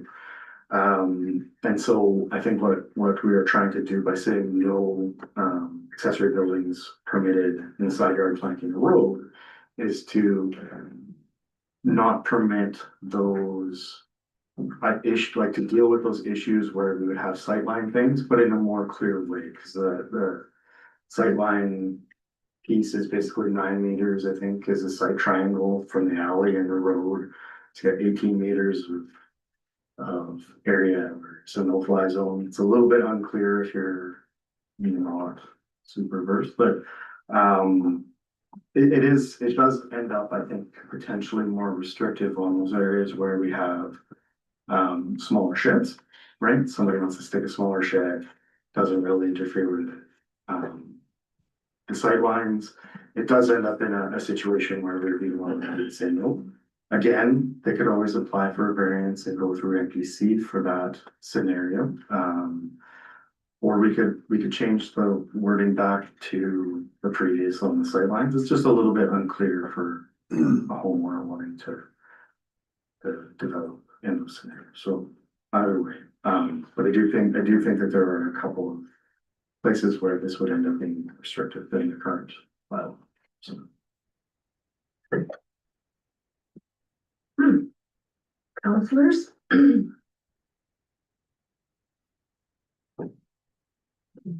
So if somebody's on a corner, So this is for the, sorry, I was reading ahead. This is for the front. This is largely applying just to the sightlines for intersections and the front accessories. So front accessory buildings have been not allowed in the current bylaw. We're maintaining that direction currently. And I don't think that maybe you guys want to change that. I wouldn't really recommend it. But the one where we've ended up more restrictive is the abutting a roadway or flanking a roadway. We've created a situation where maybe there are some structures that would be permitted in the current bylaw that wouldn't be with the way this is. so if you're in a back alley, is the back alley a roadway? Yeah. Okay. No accessory buildings are permitted within side yard. The flanking, That the doesn't- side yard flanking, Yeah. specifically, like, it's specifically on those corner It's lots side. where you've got the side of house Mhm. against the roadway. So Well, Just like others, there are some places that have existing things that would be, what would we say, grandfathered in because they were permitted under the previous bylaw. We're not gonna run around hunting these places so down. if it was previously permitted, we would call it legally non-conforming. Right. And there is still, like I said, there is still a pathway to yes. It just means our default response is so we also put something in the side yard when they're on the roadway. Our default answer is no, unless you want to go through a variance and show us that it's okay. If that's the way this would be worded and dealt with. Whereas in the previous bylaw, it'd be more like, yes, as long as you're within these confusing things. So then I think if the pathway is still there, maybe a little more time consuming. I doubt a shed is an emergency that needs to be done right away. Or whatever accessory building we want. I think as long as there's a pathway to get there and one could then demonstrate to say the MPC that, no, this one's not going to be an issue. Here's the photos of where it's gonna be. Here's the road. Everyone can see it's gonna be fine. It's not gonna be a big deal. Then okay. And then that would.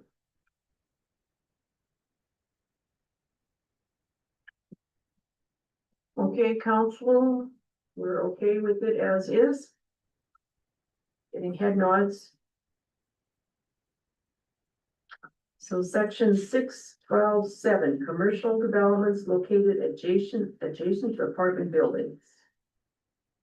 Yeah, so there's sort of two separate areas that get caught up in this. One is the riverfront district and one is the neighborhood commercial district. So there's updated references due to like the changes that have occurred in the bylaw. So the clauses that are in the comment from the person who had sent in the feedback are a little bit different.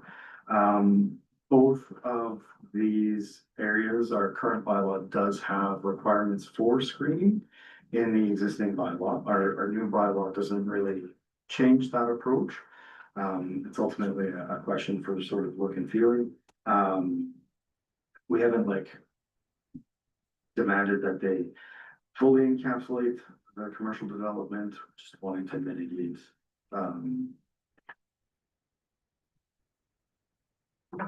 Is that here? Oh, here. Oh, yeah, it is, yeah, okay, just never heard it on, and that's why this room is so hot, I've never heard it on this one.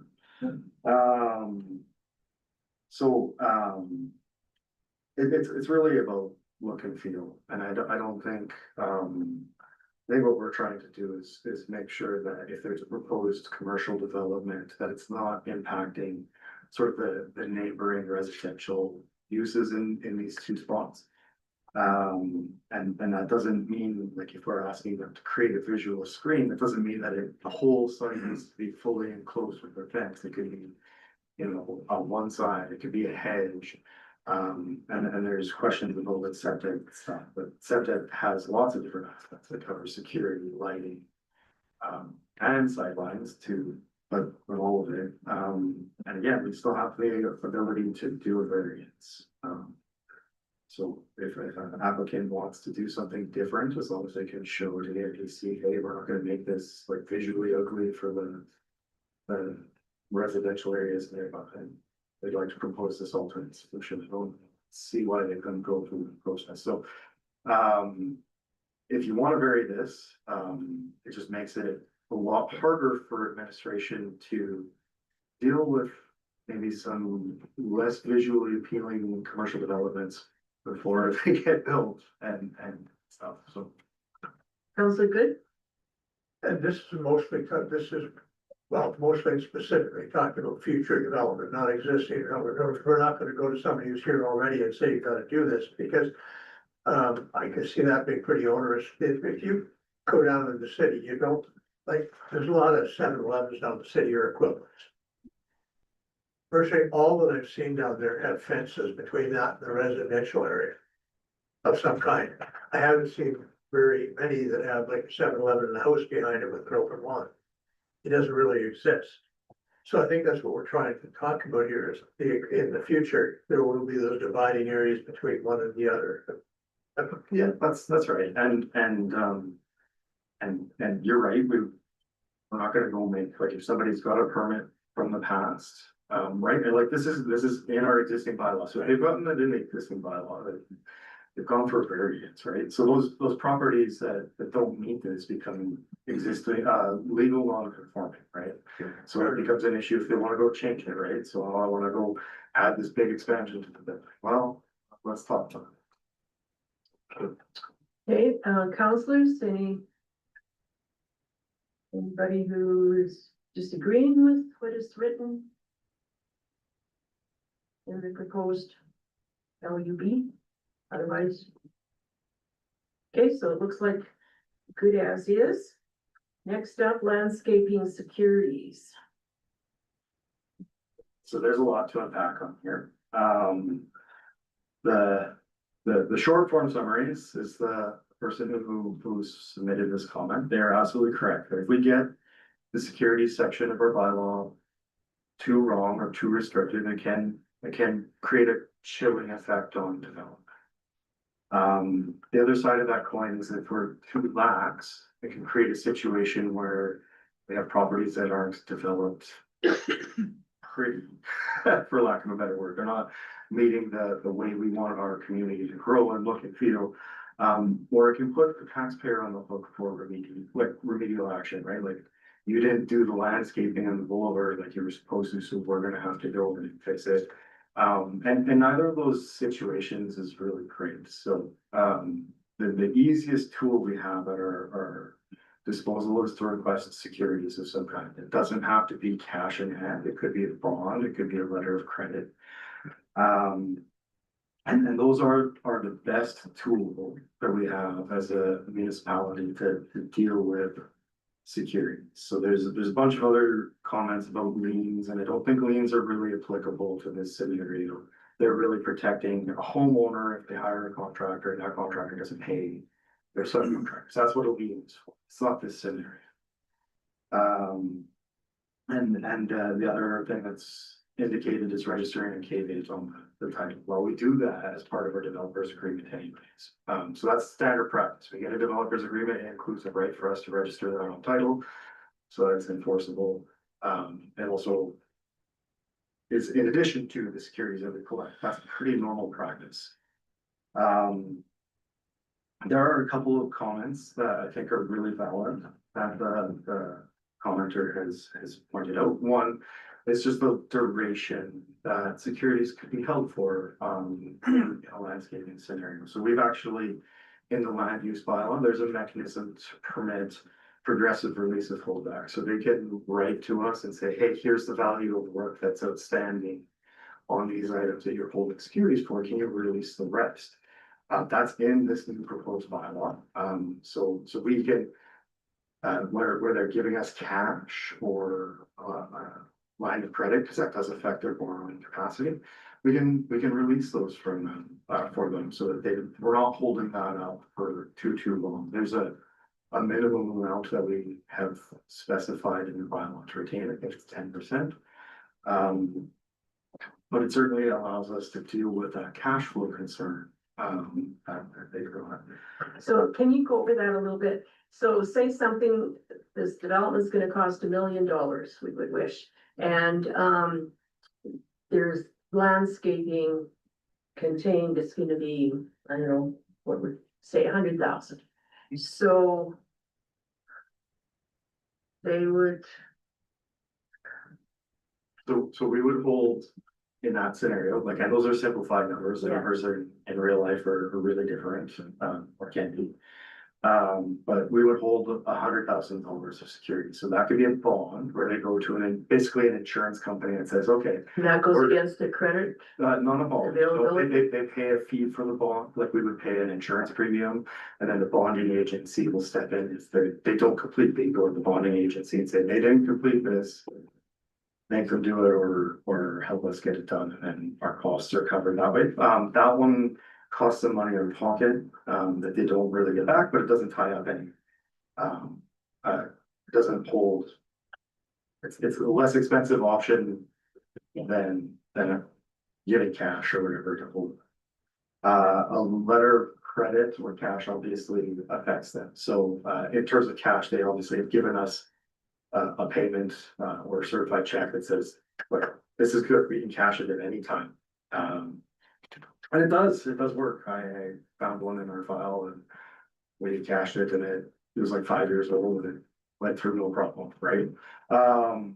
So the certified check or the irrevocable line of credit does affect their borrowing. So like if they are allowed to borrow $1 million from the bank and we get a letter of irrevocable credit for $100,000, their borrowing capacity is now affected. So they can only borrow $900,000 for their own operations, not the full $1 million. And that 100,000 is basically assigned to our purposes. So, but as we go through this, right, they can say, oh, well, we've done $50,000 worth of this landscaping work. Can you release that amount? So if they're getting cash, and give them $50,000 cash, or so the line of credit, we can go that way. and this is payable at the beginning of the project, the 100,000, well. It's set aside at the beginning. So usually when we approve a development permit, in this case, we'll approve it with them having to enter into a development agreement, that development agreement will cover the securities. It's the last part of our standard template. And it's just basically a checklist for us to go through. Are you doing offsite improvements or whatever? Are you ripping up municipal sidewalk to install your thing that we need to make sure is installed properly? Those kinds of things.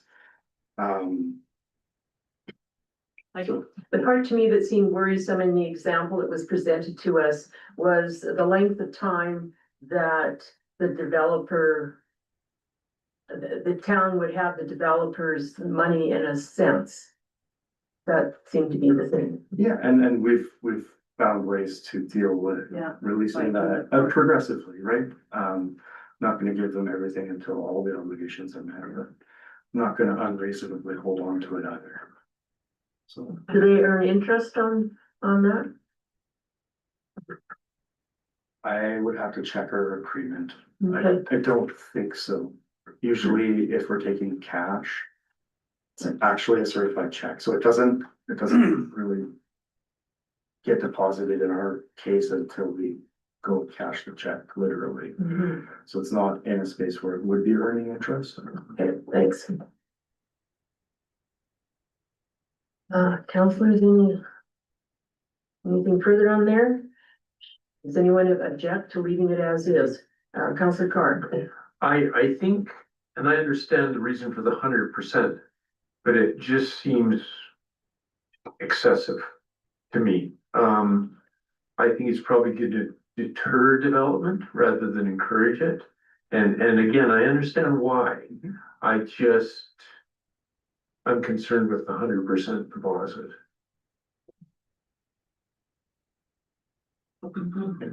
Just devil's advocate position.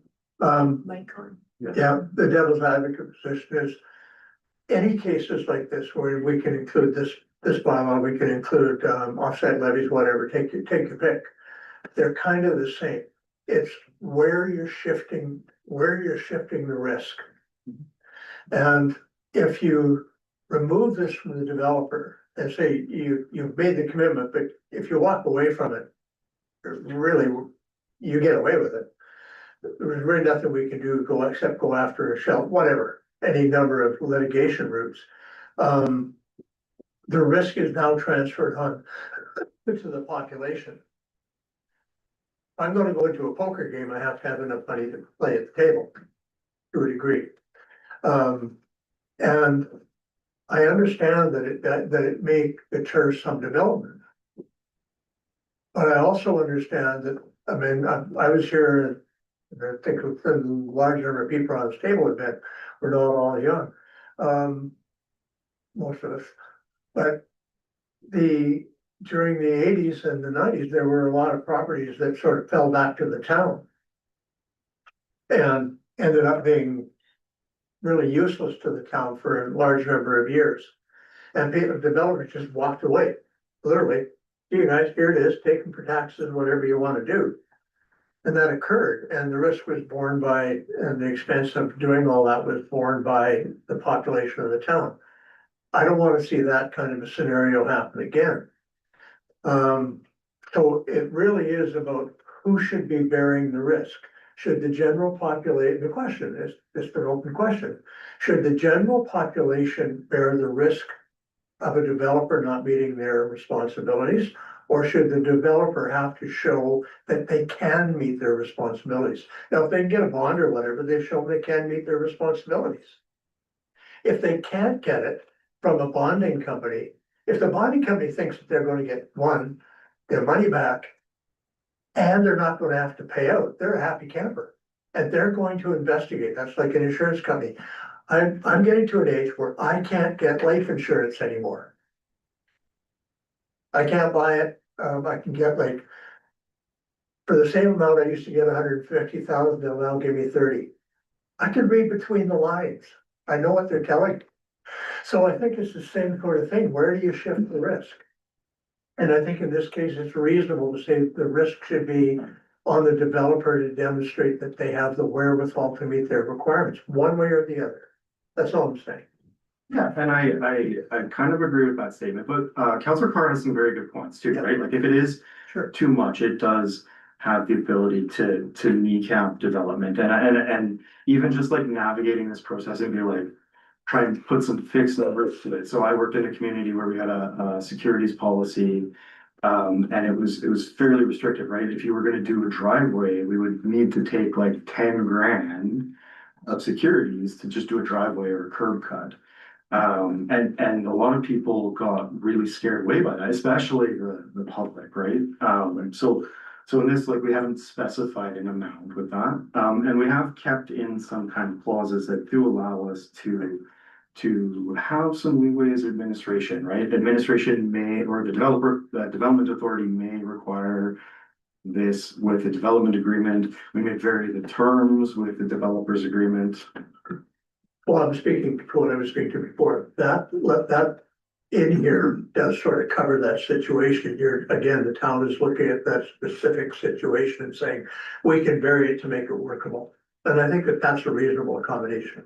To some extent, yeah. Yeah. What is missing right now is I think at some point we'll, as administration, will want to work with council to build a policy to give us guide rails on how, what kinds of things we are allowed to negotiate on. I don't have that yet, but like right now in our CAO bylaw, CAO is allowed to negotiate a development agreement. So we do have some levers there to pull within reason, like we don't want to say no. So like, we absolutely want to find a way to get to yes for these developments, especially if they're bigger, right? But just on the other side of that coin, I have in my previous experience before I got into municipal work, I have been called in by municipalities who have had to pull bond on developers. It was a full subdivision. The developer started the utility work, went bust, and I had a half-built subdivision that ended up in tax arrears. And so the municipality ended up pulling bond and coming to me and just be like, hey, can we build this lift station, get it designed and get it constructed so we can start selling these lots and recover arrears taxes. And so like that was big money. Like a lift station time was I think the one that we were looking at was like $2 million. So those securities and things can be quite large. But at that same token, that could be quite a big bill for the municipality if it goes weird. Councilor Carr? In comment, just in comment to the bond, bonding companies, from what I understand, will look at you from your financial position and also length of time that you've been in business. So, for example, I'm just gonna use the company that we formed to build the housing units in the bowling alley there. There's no way we would have qualified for a bond. A buddy of mine started the company to build that, so bonding isn't even a consideration. And I know for a fact, if we'd have had to put up even $50,000 cash, it would have been a real hardship, And the bank will only lend you up to a certain percentage, like you know, construction is very, very costly. And I don't want to slough the risk onto the municipality. That's not it, but there needs to be a certain amount of risk accepted by the responsibility to encourage development as well. And a bond is not necessarily accessible to all developers. So I am hearing that, and I do appreciate, I see 716.1, the town may require, and then talks about the security issues. And I'm hearing that there are different ways depending upon the company's circumstances, I guess, that could be talked about with whoever has the authority to do that on the basis of the development authority. That kind of. Yeah, right now it's the development agreements are really with the CAO.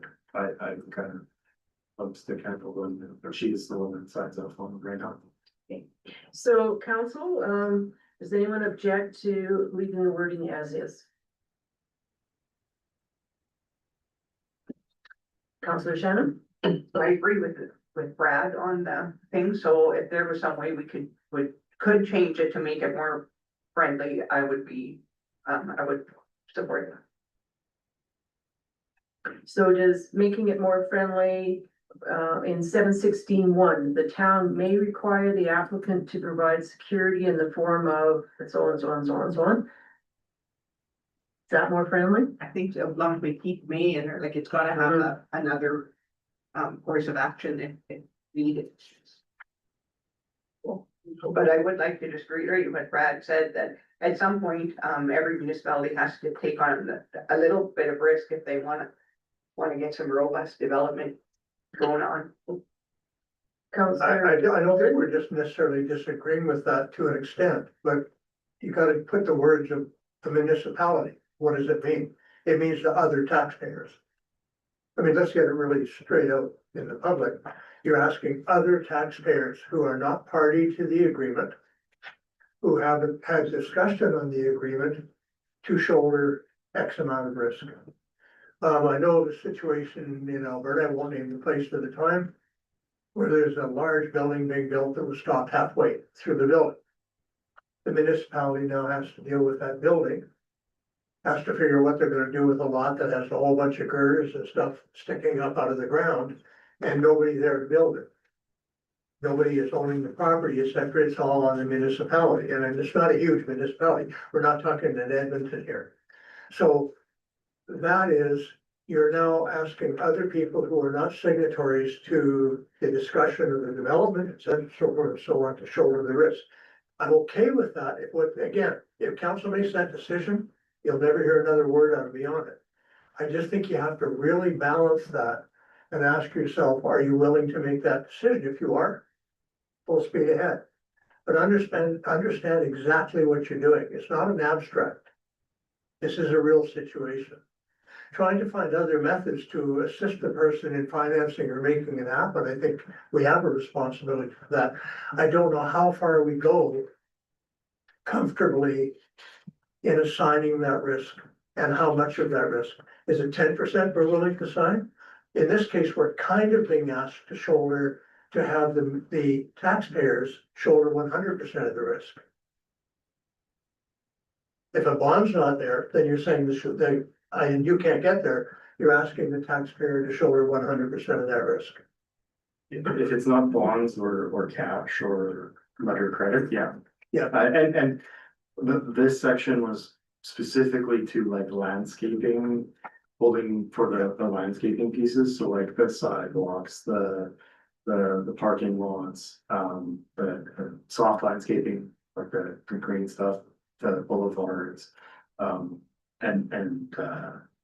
If we are doing offsite development or utilities related development for development, there's actually other sections in the MGA that would be relevant and use those in our development agreement.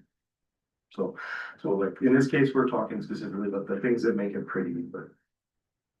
Councilor Scammerhorn? I think maybe just for some perspective, like there's 300 plus municipalities in the province.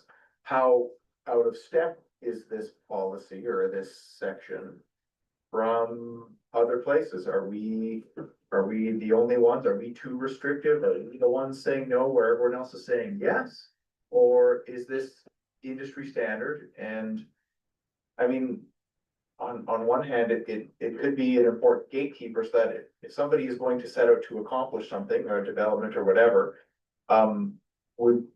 maybe it's smart to have a gap that is required for someone to be able to cross, so we know that they are going to fulfill not only that obligation of landscaping here, but all their other obligations as well. And somebody that's not willing to even touch this because of that, well, that might not be somebody or a development company that you would want to do business, because if it's not this problem, very likely it's going to be some other problem further down the road. So having a bit of a kind of a gatekeeping function on this, might not be so bad either. So I guess I kind of have two questions. I have one question, I guess a statement in there. But so the question of how far out of pace is this from other places? I mean, you mentioned one place that was more restrictive you had experience with. Well, it wasn't more restrictive, it was just more prescriptive. Oh, okay. In a sense, right? Like we said, if you're doing this kind of thing, this is the number, right? It didn't matter how much the value of the work was, good or bad, right? And it did scare away particularly a lot of like residential developers, like somebody who wanted to do a driveway or do a curb cut, or build a garage. That part scared them away when we were like, oh, well, you give me $50,000 worth of securities as a homeowner because you're applying for a garage. That's what the garage costs. Yeah. Right? And to your question, Councilor Scammerhorn, I think that we're in the ballpark, right? A lot of places are taking securities. 100% is sort of the number. Where they vary it kind of depends. I think every community, if they're not having this conversation, has had a conversation about this is gonna maybe stifle development. How do we get the right balance? And it's a lot easier to go in hard and go, "Oh, this is way too much," than go in soft and then have a bunch of problems and try and fix them, in my mind. But Councilor Carr? Another thing, that I think should be mentioned as well is regarding residential development, and I'm not talking subdivisions, I'm talking small residential development, like a couple houses or duplexes or whatever. They are not gonna be built by big construction companies out of the city.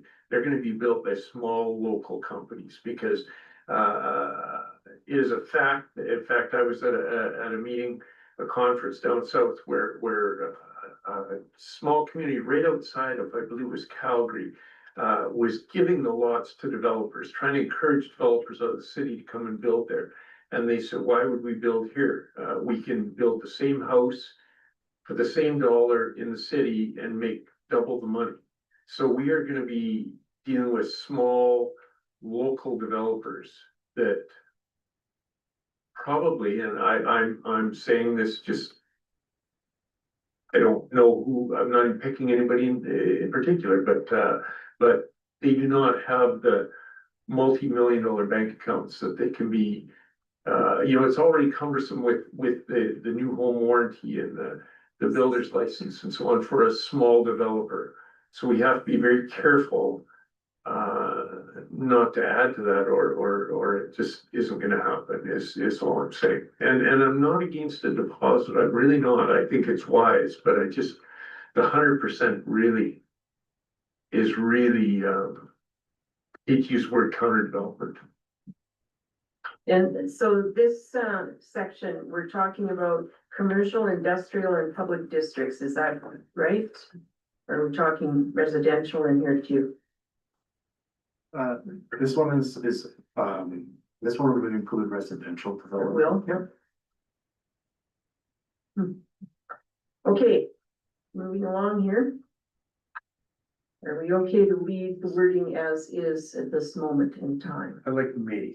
Keep the may in there? Yeah, so, okay, so are you, just for clarity, Councilor Carr, are you talking about the terms and conditions being able to be modified regarding security being able to be modified by a development agreement, or do you want to add an additional may in terms of the amount? No, I think it just needs to be a very clear development agreement, and obviously decided at the point of the development agreement as to what the deposit will be, as long as it's not a hard and fast 100%, because every development's gonna be different too. I mean, they may have to tear out 2 blocks of sidewalk, one may have to just cut a little chunk, so, I mean, it's gonna be all relative, and I think it should be discussed and maybe negotiated at the time of the development permit, specific to that development. Obviously, a big subdivision, you would want a big deposit.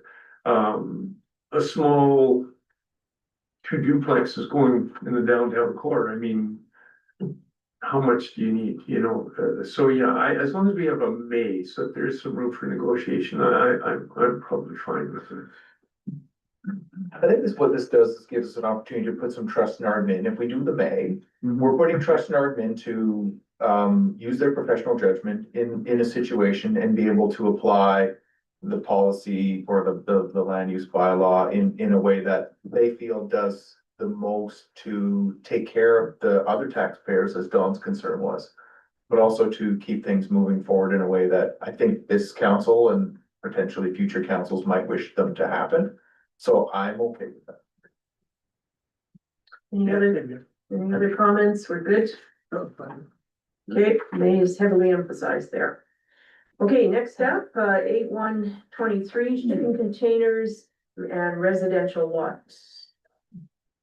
Yeah, just wanted to reopen this. I know we had kind of talked a little bit about it in June and with our local. Is there an appetite? Currently, we're not permitting residential or storage CCAN containers in residential areas for storage. Is there an appetite from I'm sorry, aside from temporary related to construction activity or permit? Is there an appetite to reopen this as a conversation? I think we had shipping containers in the downtown area, or maybe that's upcoming here or something.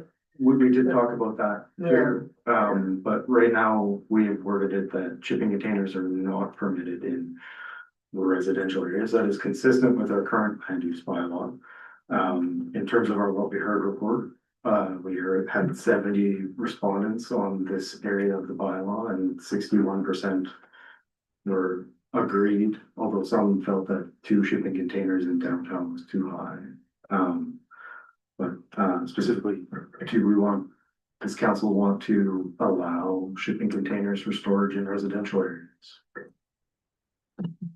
Councilor Court? Would you need a permit to temporarily have it safe for construction? Because if that's the case, so we really don't need it, do we? No, for the construction piece, it's in the exemptions, I believe. Where if you are in related to an approved permit and you need a temporary storage solution, that is covered, and I'm pretty sure it's under the exemption section. So, Okay. but that's just for. Yeah, so a maximum of 1 storage container may be allowed for temporary period not exceeding 6 months during the construction of a principal dwelling. Right? Anything else is not really permitted. Is this a situation where the legally non-conforming is also gonna be considered? I don't know if there are any legally non-conforming, because it's not really enabled in our current bylaw. So, I think it's a lack of enforcement where they do exist and we Right. haven't unpacked it, but I'm not sure. well, the only thing is I'm sort of considering the comment of, I personally know of many residential lots, or many, it is 2 or more depending on who you're talking to, right? I mean, it's a varying number. This could impact. I'm fine with it, but I'm just saying that. But it would if we did nothing to this, it would also currently impact them. Cause it's never been allowed. As far as I understand, unless they went to got a variance or did apply for a permit, but we would have to basically go through each of those pieces and see if they were permitted and then go through an enforcement process. And I think that that's an area where as an administration, we've been historically weak on those. Or not wanting to ruffle too many feathers, probably. And I think we are also aware of a couple and the new land use bylaw is adopted and it's looking into them. Mrs. Miller? I wanted to say that, since we have a protective services department and bylaw, I have directed bylaw to a couple of sea containers that I, was familiar with sitting on a driveway or on the side of the yard, and I knew that they were not, permitted development, so we have been, having them removed as they come to my attention. If the permitted timeline is 6 months, that may be a little short for residential construction too. You'd have to have a pretty efficient contractor these days to build a unit in 6 months. Could we extend that a little bit? Like maybe, I don't know. We do, we approve our development permits for a year. We could extend it to a year pretty easily. It'd be really hard to extend it for longer than a year. Because the permit's long. We could look at that instead of 6 months, go to 12 months. Yeah. That might be reasonable. Okay, anything further on this one? Like I know some people that they use a shipping container, but instead of leaving it as an ugly shipping container, they've, put some siding on it, or they've made it into, so they need the security of the shipping container because they're built very robustly and they're weatherproof. Yet they've made the aesthetic in such a way that it does not have the outward appearance of a shipping container. So it's an accessory building? So it's kind of like, I guess, what we, like, is there room where we could say, kind of like in other places? Yeah, you can apply for a variance to use a shipping container, but you have to prove that it's going to be of the aesthetic of the neighborhood. Or is that just, you know what, that's a hassle, screw that, Scammahorn, we're not doing that. I think what you would be talking about in that case would be using a shipping container as a construction material. It's not the state, okay. But I think like, if you're wanting to put power in it or do anything like that, you have to go through a building code. process, right? But lots of these are quite large, right? So like, if you wanted to do a shed or whatever, big shed, because you need the storage space or whatever, you're still going through a development permit process, so Okay, yeah. there might be a way to unpack it. But I think you could always apply for a variance and it'd be like, And even for a shed, isn't 10 by 10 what's allowed, then you have to ask for variance after that or something. no, I think there's a size where we don't require a development permit under that size. But over sort of your 10 foot by 10 foot, 3 meter by 3 meter, it actually requires building code as well. Okay, so thus far, I think we've got 8/1/23G, we have 12 months rather than 6 months. In that line, that's what I'm understanding here. Is that what you're understanding? Yeah, okay, so we're good on that one then, with that change. Okay, so the next one is. Okay, so 821E 894, and this has to do with parking. For the use of accessory dwellings, I guess, I think. Yeah, so we've included as administration some guidelines for sort of minimum parking requirements for if somebody were to apply for an accessory dwelling unit. And the comments from the public hearing and the written submission are that it feels a little bit restrictive to have these and allow, like, have a path for allowing accessory dwelling units. But also have those restrictions in there. There's lots of ways that you can kind of meet some of those parking requirements. But just going back to the accessory dwelling units, so we've created pathways as a when I say we, administration has included some pathways in the draft and the current version of the land use bylaw that would allow accessory dwelling units to be constructed on enabled in residential areas. In those areas, it's a discretionary use, which means it's not an automatic yes. We still have things that we need to consider. We need to consider things like, is there enough parking? Is there enough, is the property big enough? Is there enough water supply to this area to support this kind of development? Is there enough space, right? So in kind of creating the pathway to create an accessory dwelling, we haven't said it's an automatic yes. One of the big concerns where if you start making some of the areas of the community denser, and we're gonna see challenges, or we're likely to see challenges, is in parking, right? There are areas in town where adding an accessory dwelling unit to a property, just because of the size of the parcel or even just the streetscape, where it is a very easy yes, where we can go, yeah, but sure, no problem. That seems like a very easy yes from administration's point of view to approve this as a use. And then there are areas where we are currently having major parking issues on the street and in the yards.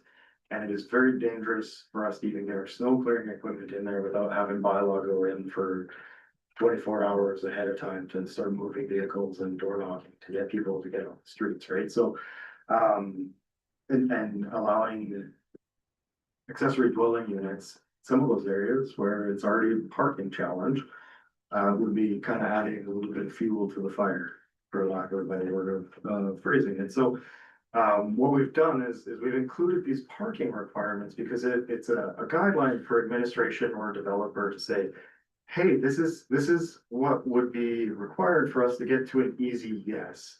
And in the absence of being able to meet those requirements, an applicant would have to apply for a variance on the parking requirements, just like We do that commonly for downtown or commercial areas where they say, oh, I'd like to vary this requirement, it feels a little restrictive.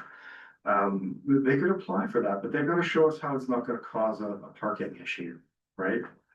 And in the absence of including parking guidance to say, hey, this is an easy yes, we have to ask for that justification for every single one.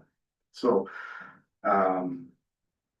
I guess that's the first part of the conversation is why the parking limits are there. I think that this is a very new thing for the community to permit these accessory dwelling units as widespread as we are, so might have some learning pains. But I think this is a good first starting point based on sort of our current parking on our parking.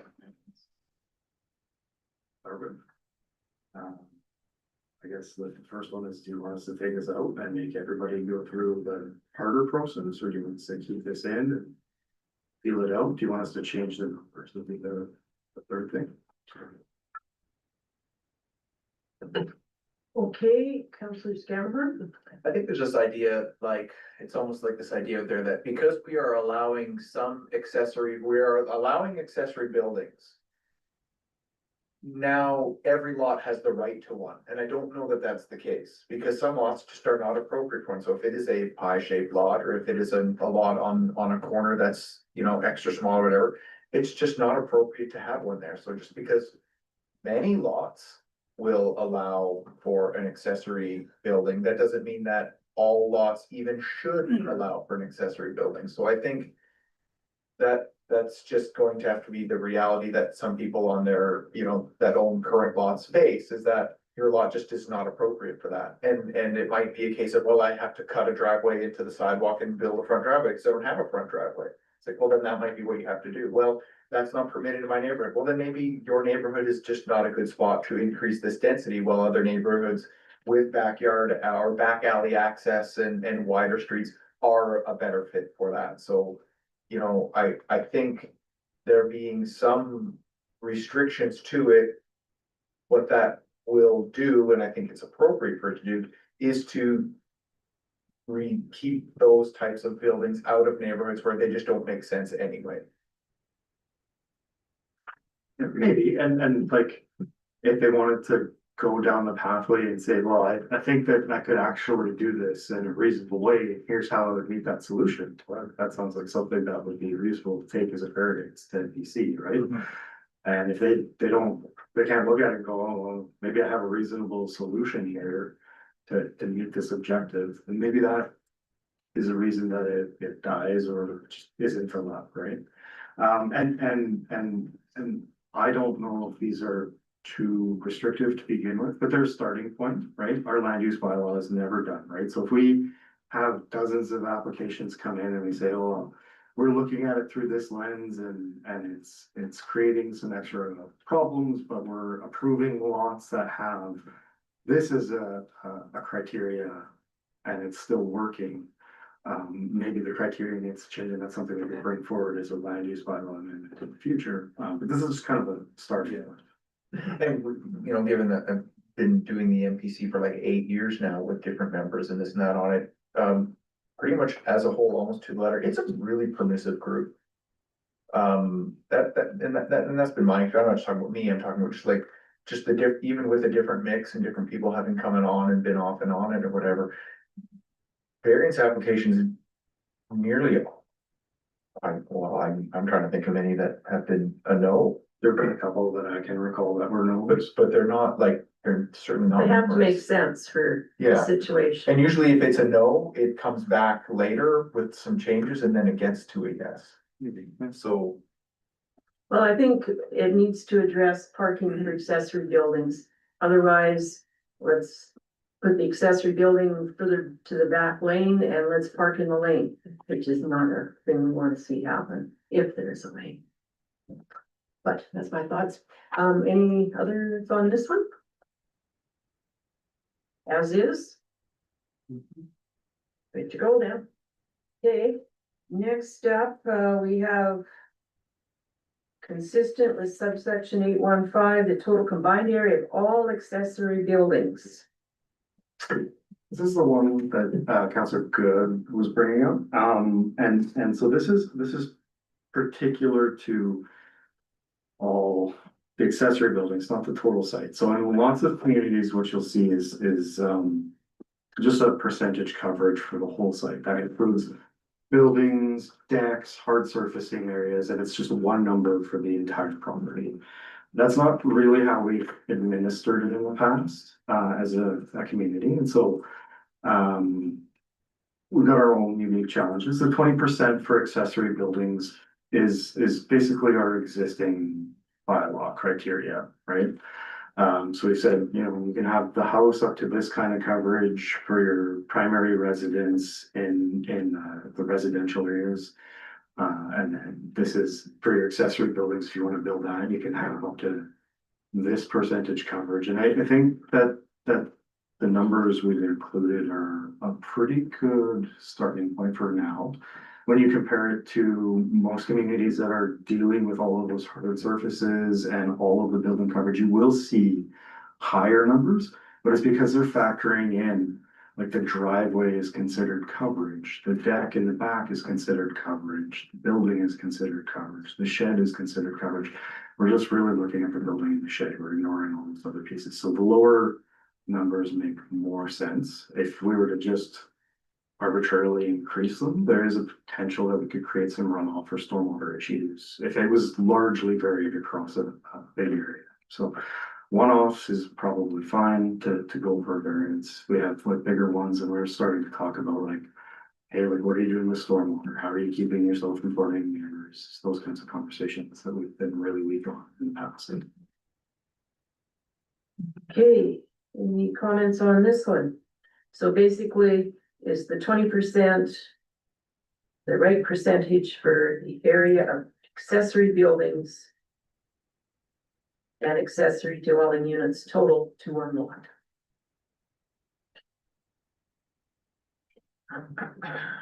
Right, the existing land use bylaw, just for clarity, we said just the accessory buildings. We haven't made a distinction to include accessory dwellings because it's not really permitted for So normal. this one is the shed plus the living place. Yeah, so like if you were building that garage and you decided to add another story to do a dwelling unit above the garage, that's the same coverage as the garage itself, right? Mhm. So anyone not happy with this one? Okay, it looks good to go. Okay, Mr. Fisher. So next up, bed and breakfast. Yeah, we could remove it. This is a clause that we've got that says no food preparation be conducted within a bedroom made available for rented and bed and breakfast. That's really I think that's covered through public health, so we can take that. Oops. Everybody okay with this being removed? Is the health system taking care of it? But I have a question. I'm renting out a bed and breakfast and I put in one room, I'm renting out a bedroom and I put a stove in it. I put a hot plate in it. Again, If you're renting out the room in that situation, are you actually running a permanent bed and breakfast, or are you just renting out a room? well, says it's bed and breakfast. Yeah, but if you're running a bed and breakfast, there's additional regulations around a bed and breakfast through like public health. But it was a great place for people to say no to the stove. There's supposed to be like a permit, like a restaurant, I think, for a bed and breakfast. So are we okay with this being removed? And It's redundant, is what you're saying. other departments look after prevention. I'm just looking at safety aspect of it. Yeah, no, what we have purposefully excluded as administration here is the Airbnb piece, where the short-term rentals, that's a whole entire project on its own on how we want to regulate it, how they are existing or not existing in our community. We haven't dealt with that yet. That is a whole project on its own. Something to look forward to. Okay, so we're gonna remove that section. So next up, 8.12.5, fleet vehicles should be screened from view from adjacent properties, et cetera, et cetera. Yeah, there are two items here that should probably be removed because they're better suited for our traffic and streets bylaw. So 8.12.4 and 8.12.5. Both of those should be covered under our traffic and streets bylaw, not the land use bylaw. And then the rest of this is we've gone with should, not must. It's really on how you want to deal with vehicles being used in a home occupancy business or home-based business. I'm personally of the mind that if they're not interfering with the rest of the street or causing an issue, driver would be fine place to store them. Okay, so Councilor Good? So a person who would have a business downtown, but would have the logo and stuff on their car. Is that a fleet vehicle? That's sort of what I would consider as fleet vehicle, or like a vehicle that you're using for your business, right? So like if you had. Like a one-ton moving vehicle? Yeah, or even, it doesn't even need to be a one-ton, if it was like a van, like a delivery van that you were using in your home-based business, or even a car, can be a fleet vehicle. We've got definitely worked in communities where we had not trucks for our fleet vehicles for town office, we had a. Yeah, I'm just wondering, is there a definition that would clarify kind of what? I think it's really just a commercial vehicle in this case, it could be any class. So is this saying that those types of vehicles should not be parked on public streets? 8.12.3? That's the. So that's a different thing? Well, that is what it is, Dan, yeah.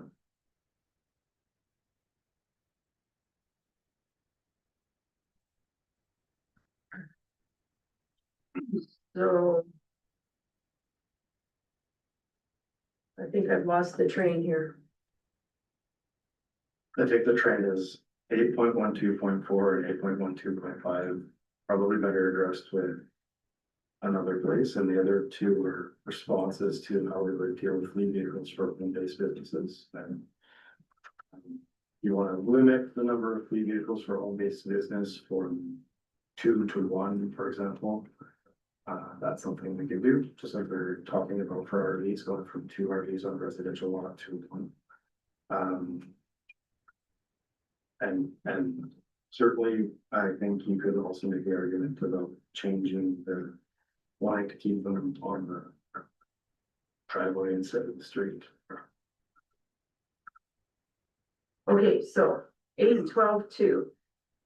Council, a maximum of 2 fleet vehicles may be stored at a home-based business. Is that what you would say is good? Good. It shouldn't be 1, 2 is good. 2 is good. How about 8.12.3? Fleet vehicles must be parked in the driveway or a designated parking area and not on public streets. So if I have my car with a sign on it that says, I don't know, landscaping business, here I am. Should I park that on I have to park that on my driveway, or can I park it on the street? Street. I think this is pertaining to how we, like, really the restriction here is how we would go about approving a new home-based business, right? So let's put it into context. So if we were approving a new home-based business and said, I want to have 2 fleet vehicles, and we're also still living in the home. And we're gonna need these vehicles, it gives us a way to say, you probably need to build more parking stalls to enable this home-based business without creating issues on the street parking. I thought one of the pleasures You of have an RV parked in your driveway. the home-based business, though, one of the things was you likely were using a vehicle that's partly home and partly business in it. That's the situation I'm speaking of. So I've got a regular van, like I don't know, Dodge Caravan, Toyota Caravan, or we'll throw a Charger, either one vehicle. and they have my logo on the outside. My business is downtown. But I use it for business. I use the car for business. I use it for pleasure, use it for whatever. Can I park it on the street? How are we defining the fleet vehicle? And that's what I'm asking, but sort of being picky So about. this is particular to home-based businesses and approving new home-based businesses that would have fleet vehicles associated with that business. It's not like I send my public works staff home with town Peace River trucks and they're absolutely parked on the street in a couple of areas, right? So it's not for those scenarios or dealing with a business downtown here and then sending vehicles away, fleet vehicles away. It's specifically dealing with, or approving a new home-based So business. it's a regular home, not a home-based business, have at or do what you want to do with your vehicle, the logo on it. So if I wanna run a taxi cab company and I wanna have 3 taxi cabs, but I wanna run it out of my house, I need to find other parking. I can't have 4 Dodge Caravans clogging up the driveway in the street and the whatever else with my logo and all that kind of thing. Taxi is home based. Point 2 says it's only two vehicles. Point 3 says in residential areas, right now it's saying these vehicles should not be parked on public streets. Do we want that? Are we okay with home-based businesses parking on their neighborhood? So public this would come streets? into effect if I come to you and say, I'm submitting an application for a home-based business, and then you say, okay, does it require on-site staff, on-site storage, fleet vehicles, blah, blah, I say, oh, yes, fleet vehicles, how many? 3. No, It's not an automatic, no, it might be. but it's do you have the parking to Do you have accommodate? parking or do you have another parking arrangement for that third vehicle that isn't the street and not here? Right. Okay. So that's the context people would be encountering this, not just any, look, in that case, it's very prescriptive and restricted area that this would encounter, so it's like. Well, it says fleet vehicles must be parked in the driveway and not on public streets. It doesn't say anything about, Within the context of, it doesn't say that though. but you, remember, this is one piece of a larger section, so you have to read this piece Is within that the whole, context of that section. that whole section is about home-based businesses? Section 8? Because my understanding is that there's a home-based business sections.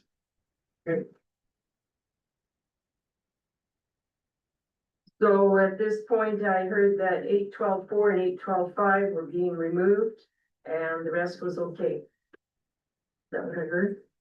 8.12.4 is being removed Um, because it fits somewhere else. Yes, 4 and 5 Yeah. are better suited for street spots, traffic and streets.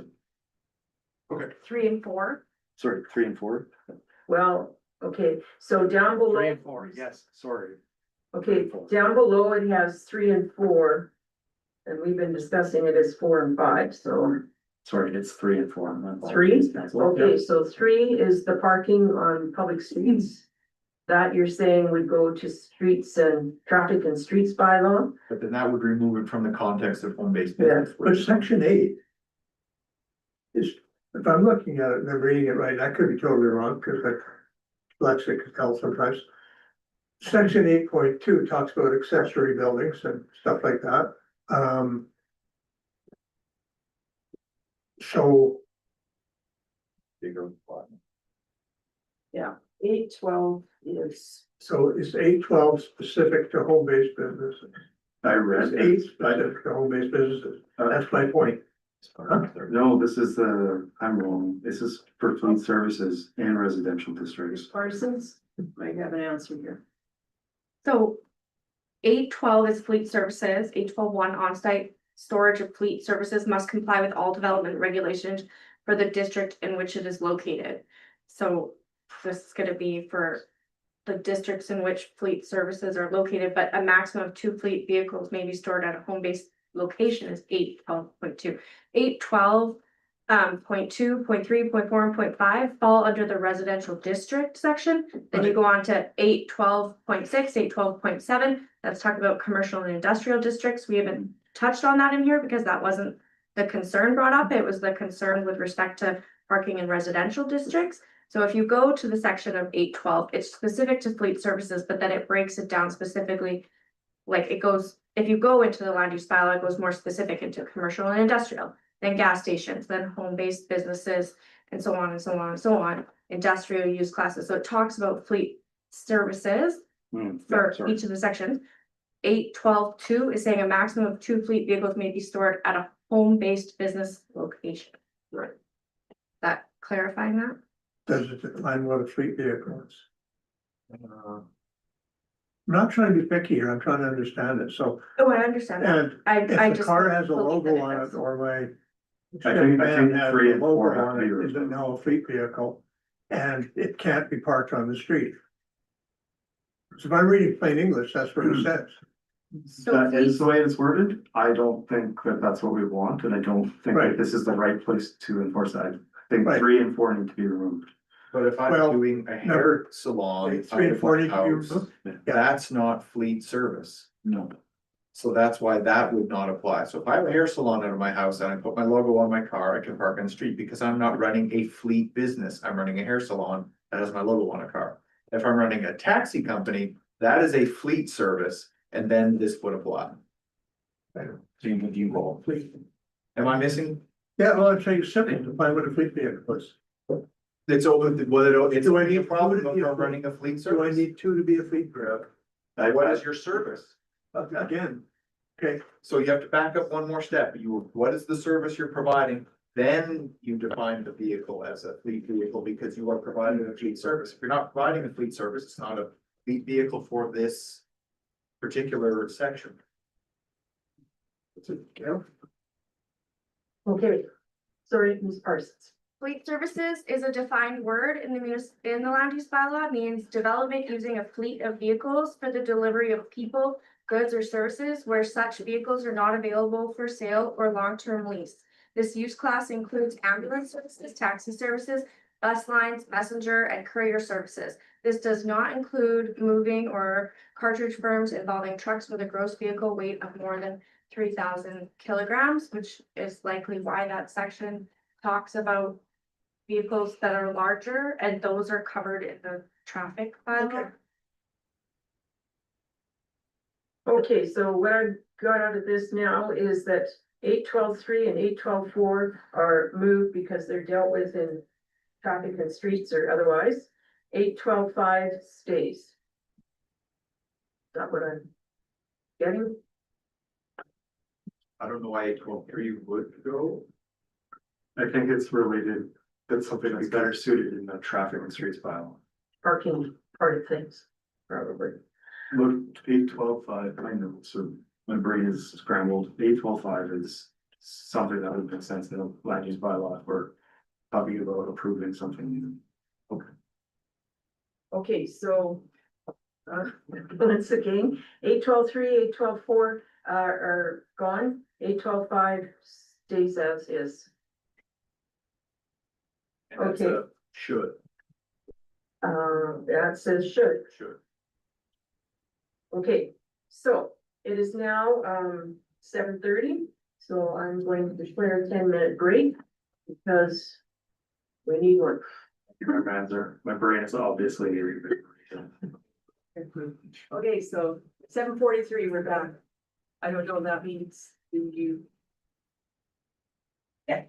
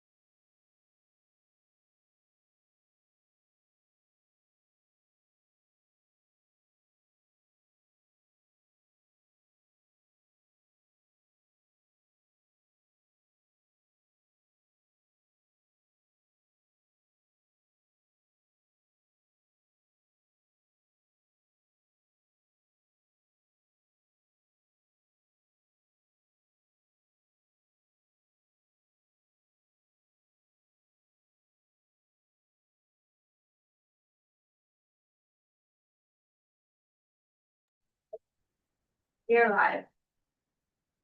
Okay, we're back in business and we're now at 8:14:4. Home-based business shall not involve the retail sale of goods within the dwelling, etc. Yeah, I think this is just clarifying what we're trying to achieve as administration. So that, we've included a clause that a home-based business shall not involve the retail sale of goods within the dwelling or the display of goods upon the premises.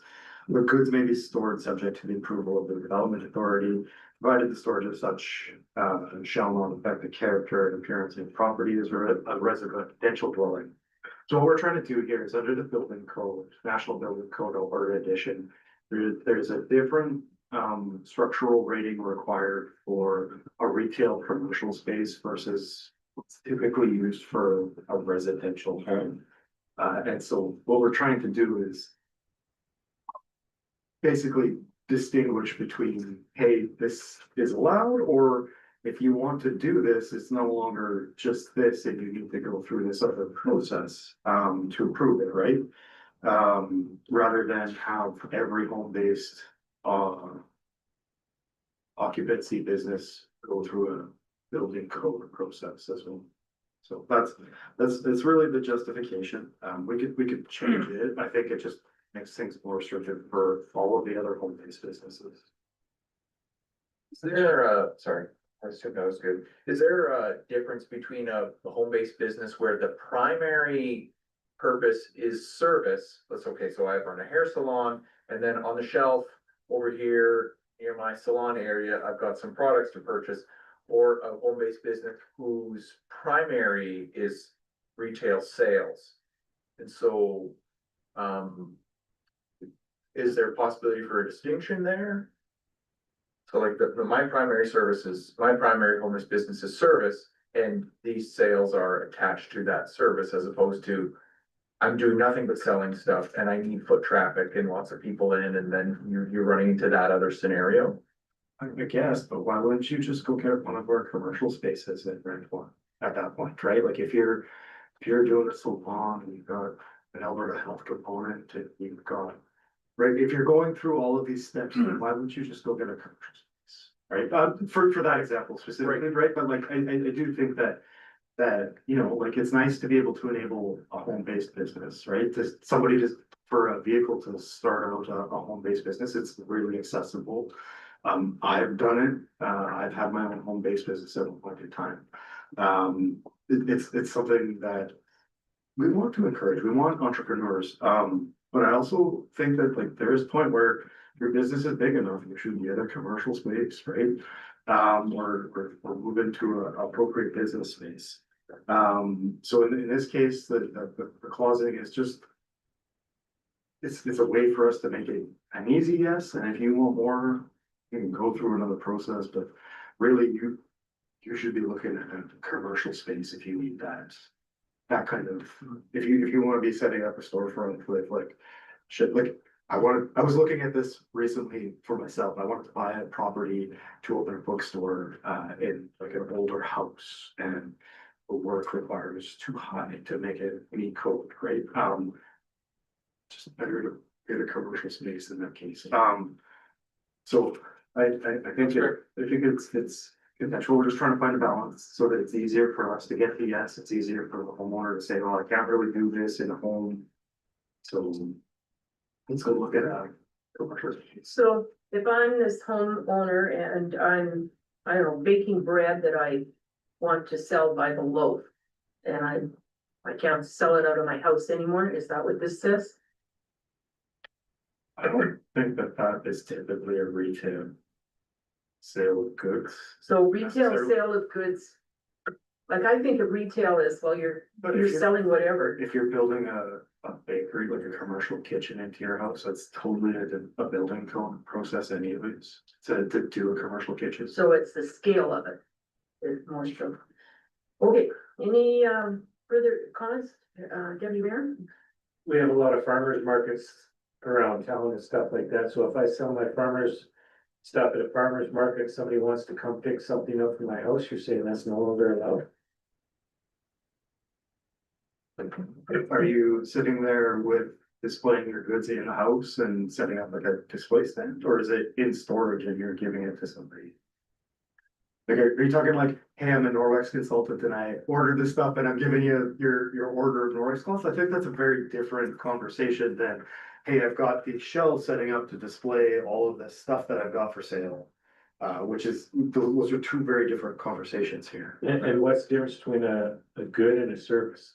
So say I'm a masseuse, That's a service. That's a service. and you're allowed to do that, they're not allowed to sell the massage oil or any massage tools. I think you are allowed to sell some of that if you are approved for home use for the other thing. The difference is you're not allowed to set up a big display case with like a retail store, right? So no rows of shelving, all of this stuff without going through the process. It's almost the display part takes priority over the selling part. If you're displaying, do that, should be doing it. If you're selling, depends on how. It's, yeah, the line has to be somewhere, and that seems to be the most reasonable place to. Where we try to draw it without, and like, in the absence of anything, I think everything has to go through all the processes, right? So are we okay with this one? Sounds pretty good.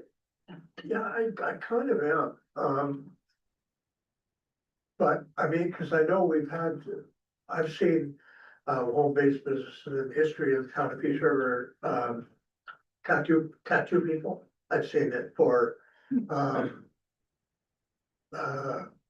denturists. I've seen it for. Oh, no, speaking of the church, I'm talking about things I saw. I've seen just about a lot of different things that actually went through the sign on the front, the sign in the front yard, we're gonna be doing this, and everybody said, don't like it, say no. Remember those? We used to have, they were all over town, not all over, but sporadically, they were in almost every neighborhood in town. And nobody ever, in most cases that I'm aware of, kicked up a fuss. You check with your neighbors, you okay if I do this? Neighbors say, yeah, no problem, Bob, go for it, or Sally or whoever. And so I'm not sure. I know we're trying to put a cap at some point, or that's what we're trying to do, is basically have some control over it. But we've seen those things happen. We've seen, there's probably people, I know there's people doing hairdressing and stuff like that. I mean, when you're selling food, right, and stuff like that, I think there's health and safety issues that are involved there. Because now you're cooking commercially, you're getting money for what you're cooking. Unless you're making your aunt pie, which is different, but if you're selling them every day, and you're selling pies every day, you're kind of in business. Pies, right? I would think you would come under some kind of health or kitchen control at that point, but going back to the business end of it. I think we're trying to keep residential as residential and retail as retail. And there are people who want to sort of move the line under certain circumstances. Again, it's open to the discussion, but you gotta define where that line is. And not make it so it's encroachable to, I could have like cars pulling up all day. And I think I can have a secondhand store called a garage sale that I have Monday to Friday every week. And I think in this case, it's a guide rail to keep the municipal approval piece on track, right? Like if you're, oh no, I wanna set up like, I wanna build a bookstore in this house. Well, like that's not really what we're approving here for a home-based business. It might something you want to do at your home, but we're not gonna approve that, right? Because you wanna set up these shelves, but maybe if you wanna like be the Scholastic guy and sell Scholastic, you receive it, whatever, that might be okay, right? And you put the line where you best see that it intersects from, building code. So if they're gonna go across this line from us, you're going into building code anyway, so this is the logical place for us to draw the line in this document. You're gonna go past that. You're going to ask for a variance. Yeah, there's not a guaranteed yes at that point, but they can always ask for a variance and show us how they're gonna meet our concerns, or we can poll the neighborhood at the same time and say, you want this or no? They say no, it's a no. So I guess what I'm hearing here is leave it as is, as written. Okay, so the next one up is 816.1 recreational vehicle parking. We've covered this one already. That's Skip okay. it? But not, Yeah, I think it's this game. done that thoroughly. There's a page that fell in. RVs were real exciting Just right now. kidding. They're real exciting. Okay, is 819.6 something we're talking about or not? It's securities again. It's in a couple Where places in the bylaw, but the stuff is basically in line with what we talked about before. The Development Authority may require one of these options. The only thing that's missing is, You need to get your mic button. the only thing that's missing in this is, a certified bond, right? We haven't included that, and we could probably add that here. But lots of it's covered under the other pieces on securities. Add certified bond. We could, but we've got, this is all landscaping and grading and stuff. This would be covered under the other sections. Okay, and then, do we talk about 10.2.13B, parking requirements in the downtown We had a typo that I think has been fixed, and fixed? after the fact. But, one of the last big ones from the first submissions was, related to, when we deem something complete.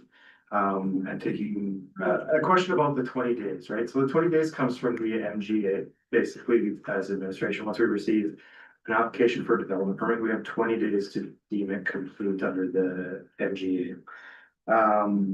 If it's not deemed but complete, it's basically, we deem it not complete and it's automatically refused, right? So that long time period is the period where we have to say, yeah, it's complete or not. And if it's not, if we don't have enough information, we're usually, not always, but usually pretty quick at getting back and being like, hey, we need this, this, and this. And there's lots of times where that goes out and then we hear, oh, they said no, but they didn't want to do the additional information. So, but if we don't have the additional information that we're looking for after 20 days, or incomplete, and then it's just an automatic refusal.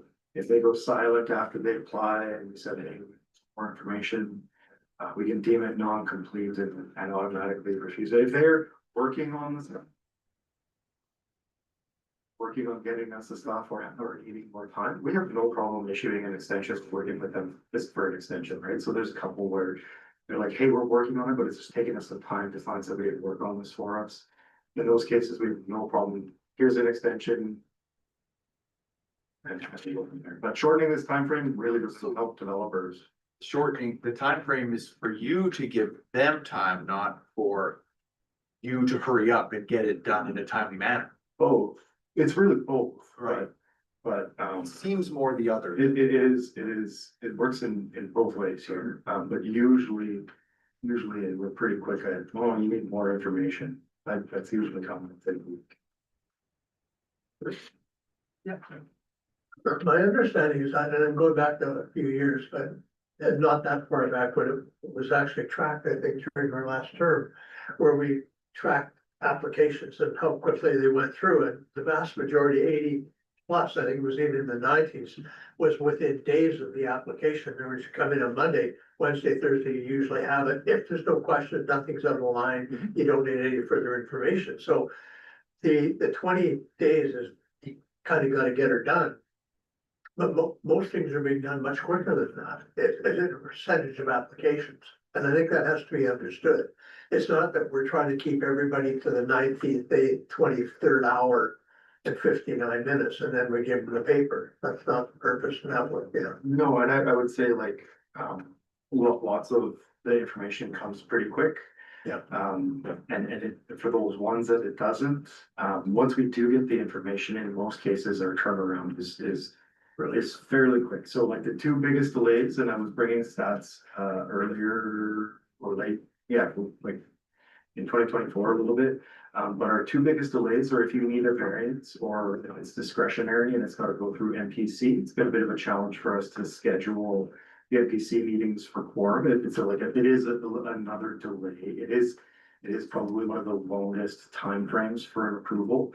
And the second biggest timeframe is the amount of time that it takes for somebody to get us additional information. If it's coming quick, like as soon as we've got all the information, and if it's an administration decision, it's usually within 48 hours. Okay, so I think the last one, there's a section on questions from council with responses. So anything comment, somebody wants to comment on any of those, including Mr. Fisher? I think it was mostly additional content from those 3 items, right? Yeah. So if you're okay with the additional information, that's probably enough. So councilors, any concerns on that section called questions received from council?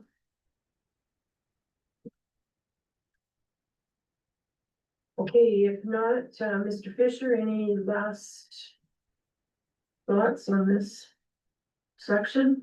No, I thank you for like the time today. So it's a really good dialogue, a really big improvement on what we have currently. If there are any questions that you guys have thought hasn't been addressed by this or is just maybe still outstanding, by all means, reach out to myself or CEO member and try and track down additional information. Okay, so we've had the big discussion here again today. So there is a proposed motion. Would someone like to make that? Councillor Good? Oh, sorry. Yes. Sorry, I was just gonna note that Deputy Mayor Boychuk and Councillor Scatford just abstained because they were away from the public hearing. So, okay, with respect to that, is there not a clause someplace that says that if they feel that they've got enough information that they could? That's if they've attended a portion of the public hearing, so Oh. if they came in late or they had to leave Yeah. early, they could determine Which if is they not felt the like they case. were there for enough of it, but not when you've simply missed. Okay, so Mr. Ford will be okay because he was there at the first part, and this is just, So this isn't the public. hearing. yeah, so that's. Okay, so can everyone vote on, if there's a motion coming forth out of this to go to admin? Can Just everybody the vote four, on that? just the four of you should be voting, not. Or- And Okay, yes, 4 of us can vote, so does someone want to make the motion? Councillor Bitter. I'll move the council direct administration to implement changes discussed during the meeting and return the refreshed land use bylaw number 2178 to a future council meeting for consideration of second reading. Thank you. Is everyone aware of the intent of that motion? Okay, the board that can vote, all those approving, it is carried. Thank you. So we'll see it at a regular council meeting coming up for second reading at some point in the future here. Is there a kind of a quasi timeline for when that might happen? It kind of depends on my ability to get some of this done. Yeah. But I'm hoping the 22nd. Okay, thank you. Good to know. Yeah. Next up, we have the proposed non-residential tax incentive bylaw, and I think Mr. Fisher, you're leading us through this, or? Yeah. So I think you guys have seen this once before, just it was a little bit less detailed than it is right now. So we've been working on it as administration. We've bounced it off of the EDC at least once to kind of talk about some of the timelines and percentages a little bit. They wanted some examples, so we've included some of that. So what you've got before you is sort of a draft bylaw that's looking at, non-residential tax incentive for like new development. So like if we were to have, redevelopment on a property, a big business expansion, or, sort of specifically when I say redevelopment in a commercial or industrial area, not residential at this point in time. But a redevelopment, expansion, or like a brand new development happen. Sort of a tax incentive, so, if they invest a certain amount and it results in a certain amount of, assessment growth, then they would have sort of the increase in taxes kind of reduced for a couple of years, just to ease that transition as they grow, and kind of encourage things. We've added it over 3 years, so for year one, it's 75% of that increased tax assessment. They would get a credit for, in year two, reduction again, 50%, year three, 25%, and then just back to regular taxes. And we've added, sort of like a minimum and a maximum. So if there's a minimum increase in assessed value of $150,000, that would sort of be the minimum amount of work that would be needed to, qualify for this program. And then we've added a maximum tax credit, for the program, just as a not wanting to give away too much money here, to encourage growth or anything like that. The numbers are kind of, the percentages are in line with, one of our neighboring communities, but I think it's more, Northern Sunrise County has a similar program, but the percentages kind of align with those numbers, so it's in line with what's sort of regionally available. And I guess we're looking for some feedback. I guess the first big question is something you still want us to be working on as administration. The second one, are you okay with the minimum number that's been provided, the maximum number that's been provided? And then that's sort of the term, the 3 years with the decreasing amounts. Councillor Scammerman? Just to clear up a little something, you said the maximum is 250,000, is that in total over the 3 years, or is that in any given year? I think we've got an example, I believe that's in total for tax reform. And I guess it must be remembered that if the development wasn't happening, we would not have any taxes to be had. Yeah, it's a balancing act. I think in most cases, I don't know if this is gonna be the thing that necessarily moves the needle, but it sure helps get to a yes if somebody is potentially on the fence about doing something. I certainly think that. It's the long view. It's a long game. It is a long game, so I like it. Councillor Good? Every once in a while you get something that's really easy. Yes. I do have a question though. In the bylaw, let's see, it's under section 5, application process. And I'm not sure I have getting this correct. Application process number 5, part D. It says a complete application with respect to a project under section 4A12 must be received within 12 months of this bylaw going into effect. And then 4.3.2.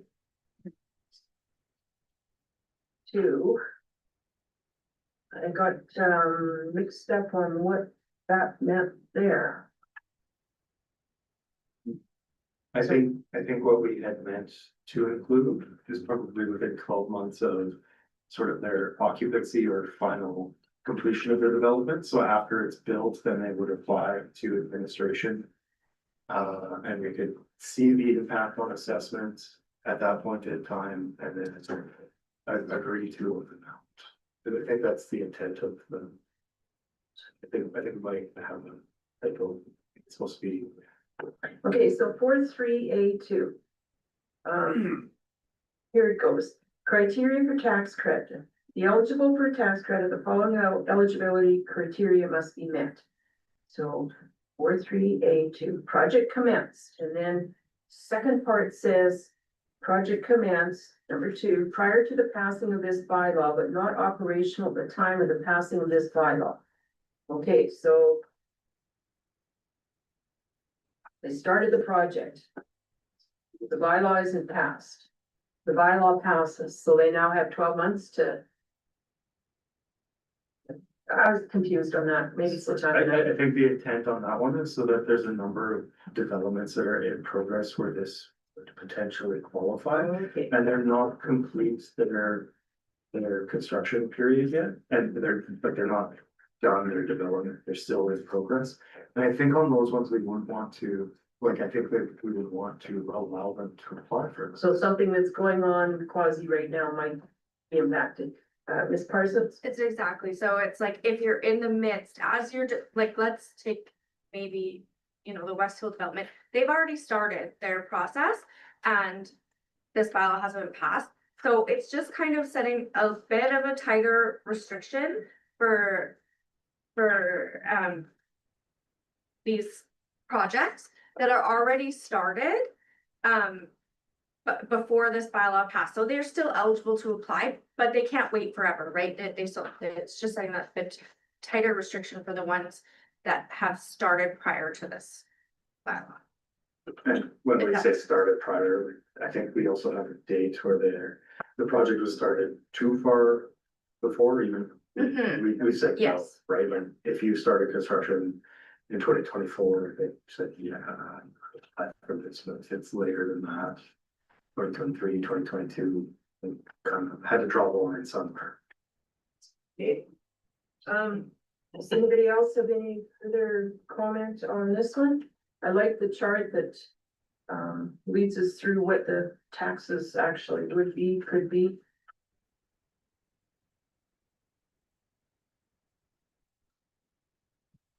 Okay, if no one else has anything further on this one, would someone like to propose a motion? Councillor Shannon, thank you.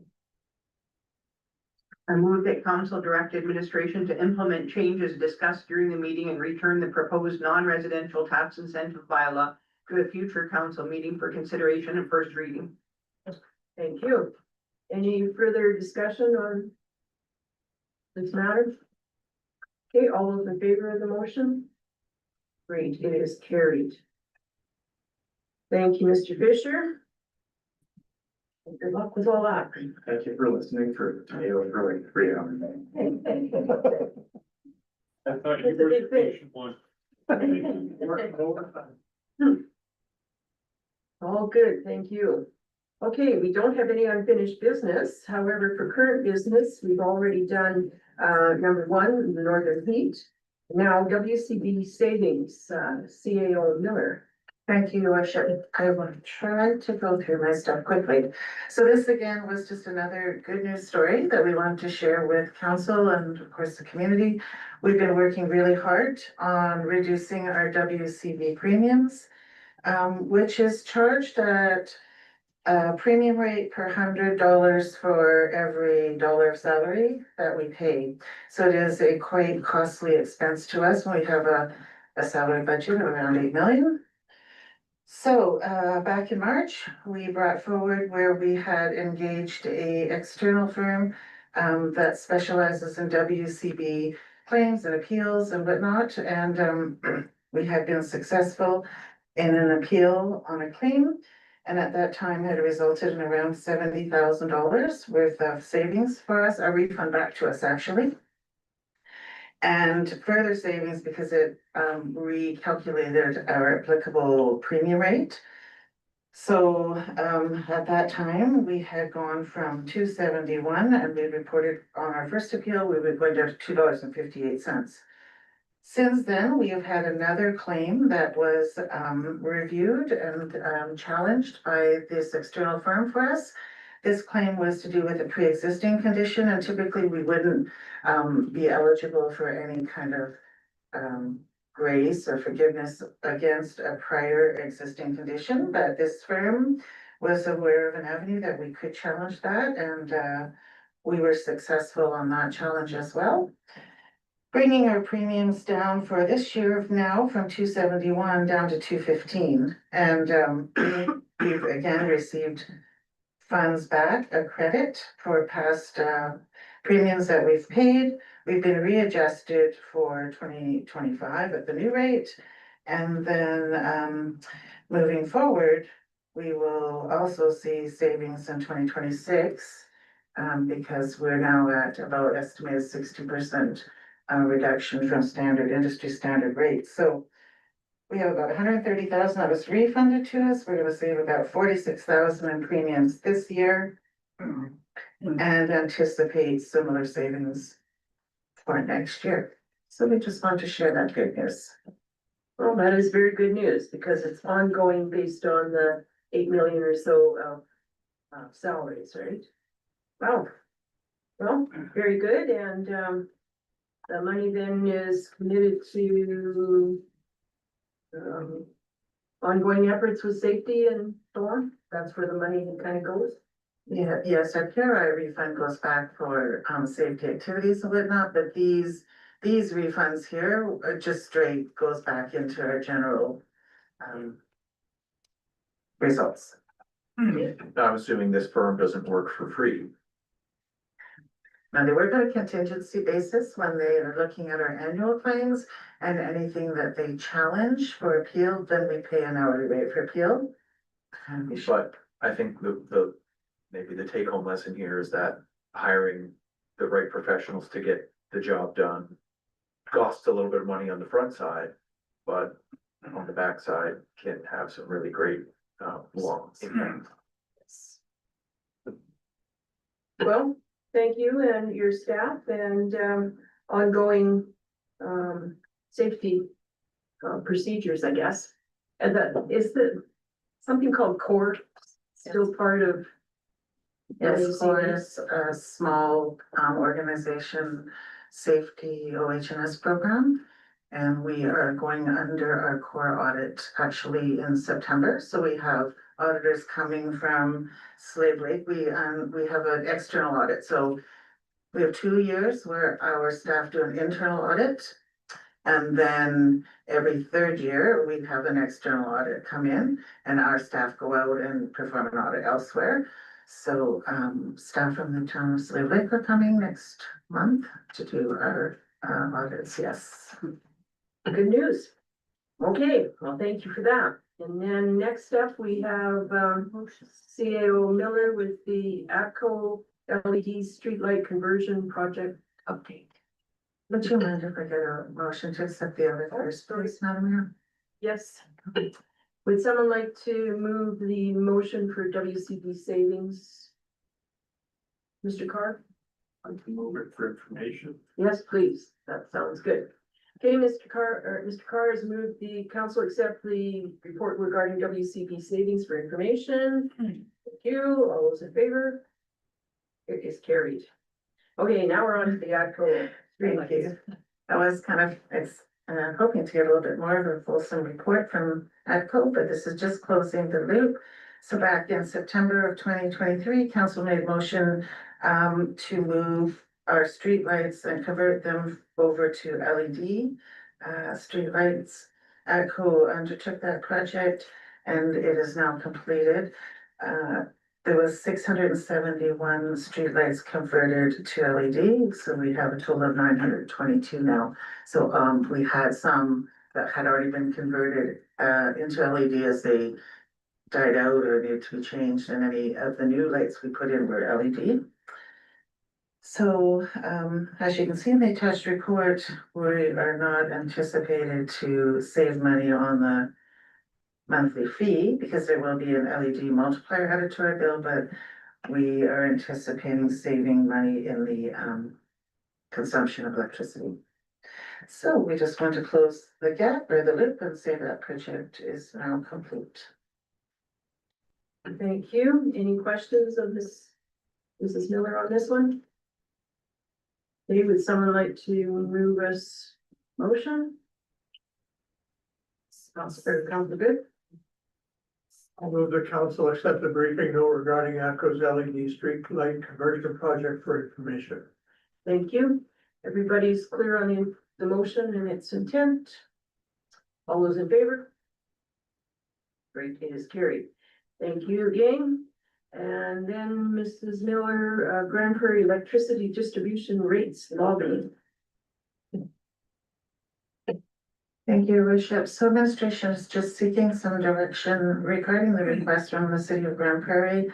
We have had this conversation in the past about the distribution rates and the disparity in rates throughout the province and how ATCO rates and rate payers are burdened with a higher cost of the distribution. So City of Grand Prairie has been lobbying to have the government pay attention to this issue and come up with a better way of distributing those fees. And we're just seeking direction on how to respond to what you'd like us to do with Grand Prairie's further request. Well, we live in the same area. We're dealing with the same situation, so. Councilor Good. Well, this is another example of where the industrial wealth of the province is not reflected in the urban municipalities. I mean, on property taxes, 85% or more of the property, or industrial property taxes stay out of the cities of the urban developments. And in the case of distribution fees, it's the same thing. We pay substantially more distribution fees in rural areas, which town is included in this case, than the urban centers. And I get it that some cases it's not as far, it's farther to get up here. But a lot of the wealth generation in the province is being generated in the areas outside of the cities and outside of the large urban areas. So a large, we're kind of, how would I put it, subsidizing their low rates with the development we have in the north and in some of the other rural areas. I think this is another one of those no-brainers. We had a meeting with the minister. I can't remember when it was. I was trying to go back in my notes and find when the meeting was, when the minister said to us, this will be happening. And I can't even remember the name of the minister, but I think it was at the government building we had the meeting, if my memory is correct. And he said, oh yeah, this is going to be happening. We're going to be taking it. And then there was an argument from the large urban areas, the cities. Well, yeah, but it'll increase our bills down here. Well, yeah, because that's what fair means. You know, so it was, yeah, we're gonna do this, but then, you know, we're gonna kick back, so we just sort of walked away from it and then going, no, we can't just keep ignoring this kind of stuff. So I think we should support this with everything we have. In the letter, Grand Prairie mentions that the ATCO service area has the highest rates in the province, averaging over $1,300 per household in 2025, compared to $385 in urban areas. Oh, there we go. So, Mr. Good, you would maybe propose that admin write a letter? I would love to. I move the council provide their support for administration and draft a letter to our MLA advocating for equitable electricity distribution rates across the province and including the suggested solution provided by the city of Grand Prairie. Thank you. Any further discussion on that matter? Okay, everybody's clear on the motion? All those in favor? Thank you. It is carried. Next up, Mrs. Miller, meeting with Minister of Municipal Affairs during the 2025 Alberta Munis Conference. Thank you, Worship. So as with every year, we were sent a letter with opportunity for council to meet with the Minister of Municipal Affairs at the AM conference. I recognize that the conference is to be held post-election, but I thought we should bring forward to see if this council wanted to request time with the Minister of Municipal Affairs on behalf of the new council, and if so, what would be 3 topics of suggestion. Councillor Shannon and Councillor Scamahort. I think we should definitely request the meeting. if we do make the 3 suggestions, we would have to do so keeping in mind that they might be changed by the new council. And I would like to suggest, the distribution rates go directly on there, because that is increasing our cost of business up here. And we have enough obstacles to deal with in the north. We don't need another one. And I think that could be, one of the points under that. Thank you. Will our municipal policing study be done by then? No. No, okay. So probably too early to bring that project or subject up, perhaps. Maybe, maybe not, unless we can think of anything better. How about the STIP, grants? We were not successful on getting, the 2 grants we asked for. 1 year in a row or 2? 2 years in a row, Mayor Manzer, and then there was a third grant that I didn't apply for this year, but I did apply for in 2023 that we were also unsuccessful for. Yeah, I forget, strategic transportation initiative something. So I would like to see that on there, just to keep it in their minds that we exist up here and we need some help. It's good. Third topic, anybody? We've got, well, mental health, we've got healthcare, we've got. Mark, I should say deputy mayor, the boy Chuck. That hub meeting that, Sergeant Blair was talking about, that is prior to this, situation. Perhaps if we have good data coming out of that, that might be something to bring to the minister to say like, look at the good that is done when these things happen regionally. If we don't have another topic and we get 3 kind of good shots at things, that might be one. If we get some good information, some good results out of that to say, hey, you know, when this stuff happens, you know, remotely, we've got a really good chance at turning some people, you know, over to really great programs that they. So, Fisher? Yeah, I might be stepping out of line here when I suggest this as a potential topic, but I know we had talked earlier in the year here about just the pace of changes coming down for municipal affairs that have been affecting municipalities. So we've had changes to the Access to Information Act, the FOIP, like the previously, the artist formerly known as FOIP, is now 2 separate acts. We've had the regional policing thing. There was another one just fairly recent, Electric Act changes. And I think they're rolling out some other potential ones in the background, and maybe just like putting some pressure on them, like, hey, can you roll these out a little bit better? Can you implement them a little bit better? Can you slow down a little bit so we can keep up? Because it's really hurting our staff and our ability to keep up. Ms. Parsons? It's as if Mr. Fisher read my mind. I had thought about putting up my hand about that. But and so part of that too is maybe, are you guys thinking about making changes to the Election Act now? Maybe not in the year of the election, when everyone's trying to get going. That's when it's current in mind though. I do like that one. Yeah. That's pretty good. What's that one, sorry? Pace of change affecting municipalities, as municipal affairs changes things. They change the Election Act, they change this, they change that, all kind of almost this year, sort of. Well, and even if you were to say like, okay, well, maybe you could support us with some money so we can hire some men to deal with, but all 300 municipalities in the province have to do it all at the same time. So where are we even getting all these people in all these municipalities to do all this administrative work all within the same number of months? Like, I don't think those people would exist even if you tried to bring on more capacity to deal with it. So pace of change. Yeah, sorry, I also think that one of the big pieces of this conversation is how they're implementing the changes. There were lots of times where they rolled something out, it was supposed to be in effect like the next month, and they were hosting training sessions, and there was a lot of, well, we don't know how this is gonna work, or, oh yeah, no, we gotta go fix this. And like, if they were slowing down some of these or implementing them better, some of those things would sort themselves out a little bit to some extent too, right? Cause it's really frustrating when we're trying to figure out how we're gonna meet like a provincial deadline imposed on us through legislation. And there's not a path for us to get into compliance, or even for them to be understanding and explaining it to us as a minute. It makes it really challenging. So training sessions are timely, either which way. The Boston, the regs aren't even there. Well, like the police commission thing had to be done in like March, and we're still.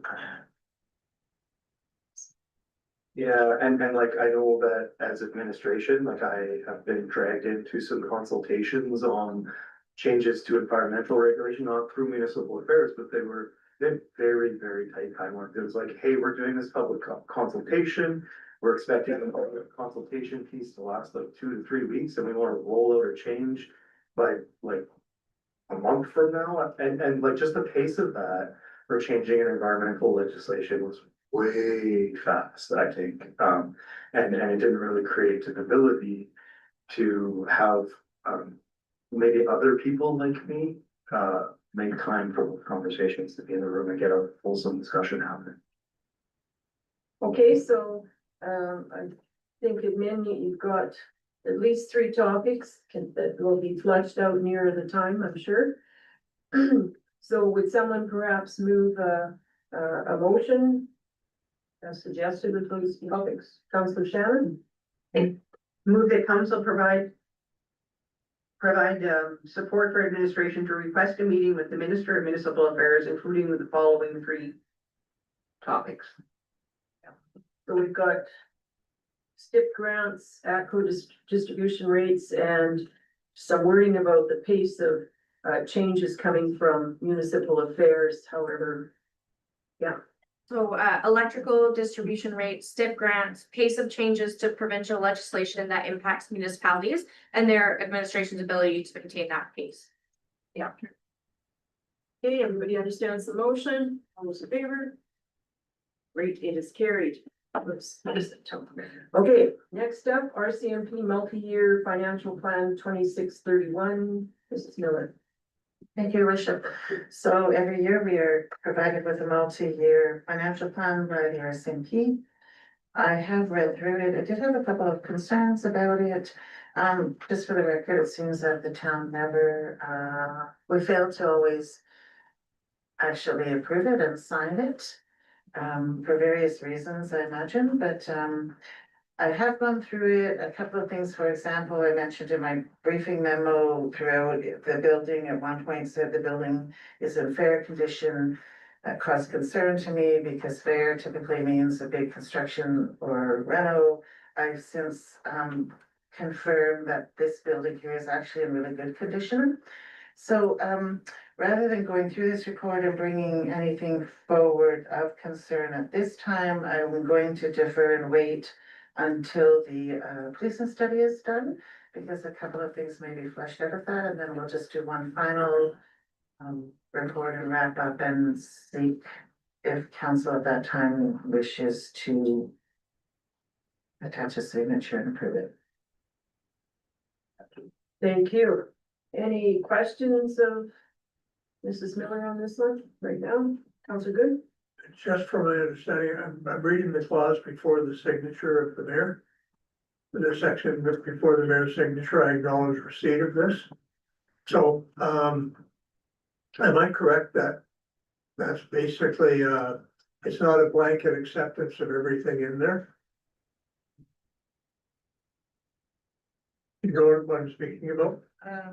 There's a block before the signature block of Mayor CEO Town of Peace River. It goes, I acknowledge date such and such, I acknowledge receipt of this multi-year plan. This multi-year plan, including proposed budget, is approved at principle only and will be considered as part of the municipal process. We're not approving everything in that budget. We're saying we kind of reserve the right to bring issues back later. Am I correct? But that's why it's in principle only.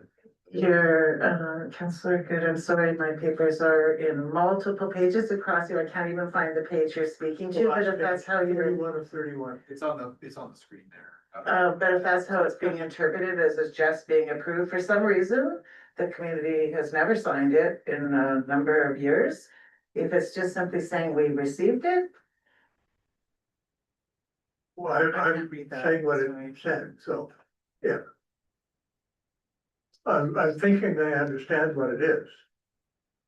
Go ahead. Sorry, Ms. Parsons.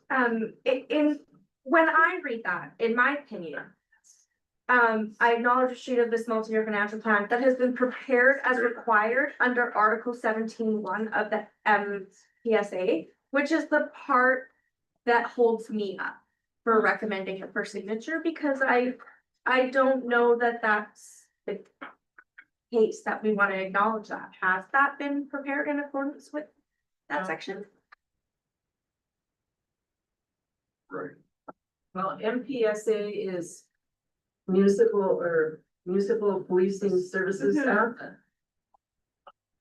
Why don't we say, I acknowledge receipt of this MYFP that has allegedly been prepared? Well, I think at this point, Mrs. Miller, were you wanting to refrain from basically doing anything other than accept for information until you had more time to flesh out a few things? And Yes, then decide? because as I see even there, it says something about a budget letter we provide and whatnot, so I would prefer to wait.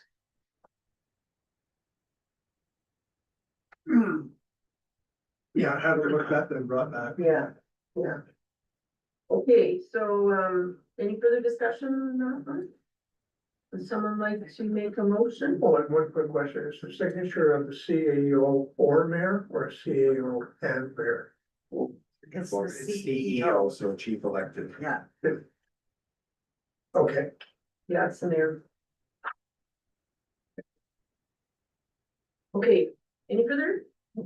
Someone like to make a motion to accept for information, perhaps? Move that council accept reports. No, wrong. Move that council accept the report regarding the RCMP multi-year financial plan for information. Thank you. Any further discussion? All those in favor? Great. Carried. Okay, Mr. Fisher, the August 2025 monthly development report. If there's any questions on what was included. Open to it.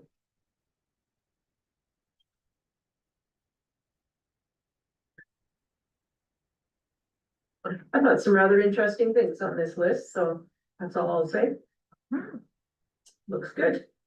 It's been a pretty busy feeling August from my perspective. It feels like we've got lots of inquiries. Certainly all of the just general inquiries aren't included on here, but it's felt like a fairly busy August. Well, there's everything from eating establishment and residential to rental cabins, garages, solar panels, indoor participant recreation area. So lots of different things too. Okay, so next up, we have the Peace Regional Waste Management Company Board minutes, and this is of July 25th. Myself, Councillor Shannon, Councillor Carr, anything we want to highlight? I know they're kind of. We talked about the usual things. Basically, waste management finances are in good order. The oil field has helped significantly again this year. So looking forward to the rest of that. Any questions of us? If not, maybe Deputy Mayor Boychuk will move the council accept reports 9.1 and 9.2 for information. I can do that. Very good. All those in favor? Great, it's carried. Okay, then we had the August 22nd information package. And this one, I'd like to highlight that the city of Yellowknife has sent us a very nice thank you letter for the town's help, particular emergency social services help, community services and other departments for their evacuation. So already 2 years ago. So I'd like to highlight that. Energy Alberta, there's a letter from Energy Alberta. They've asked for a timeline extension so they can have more engagement.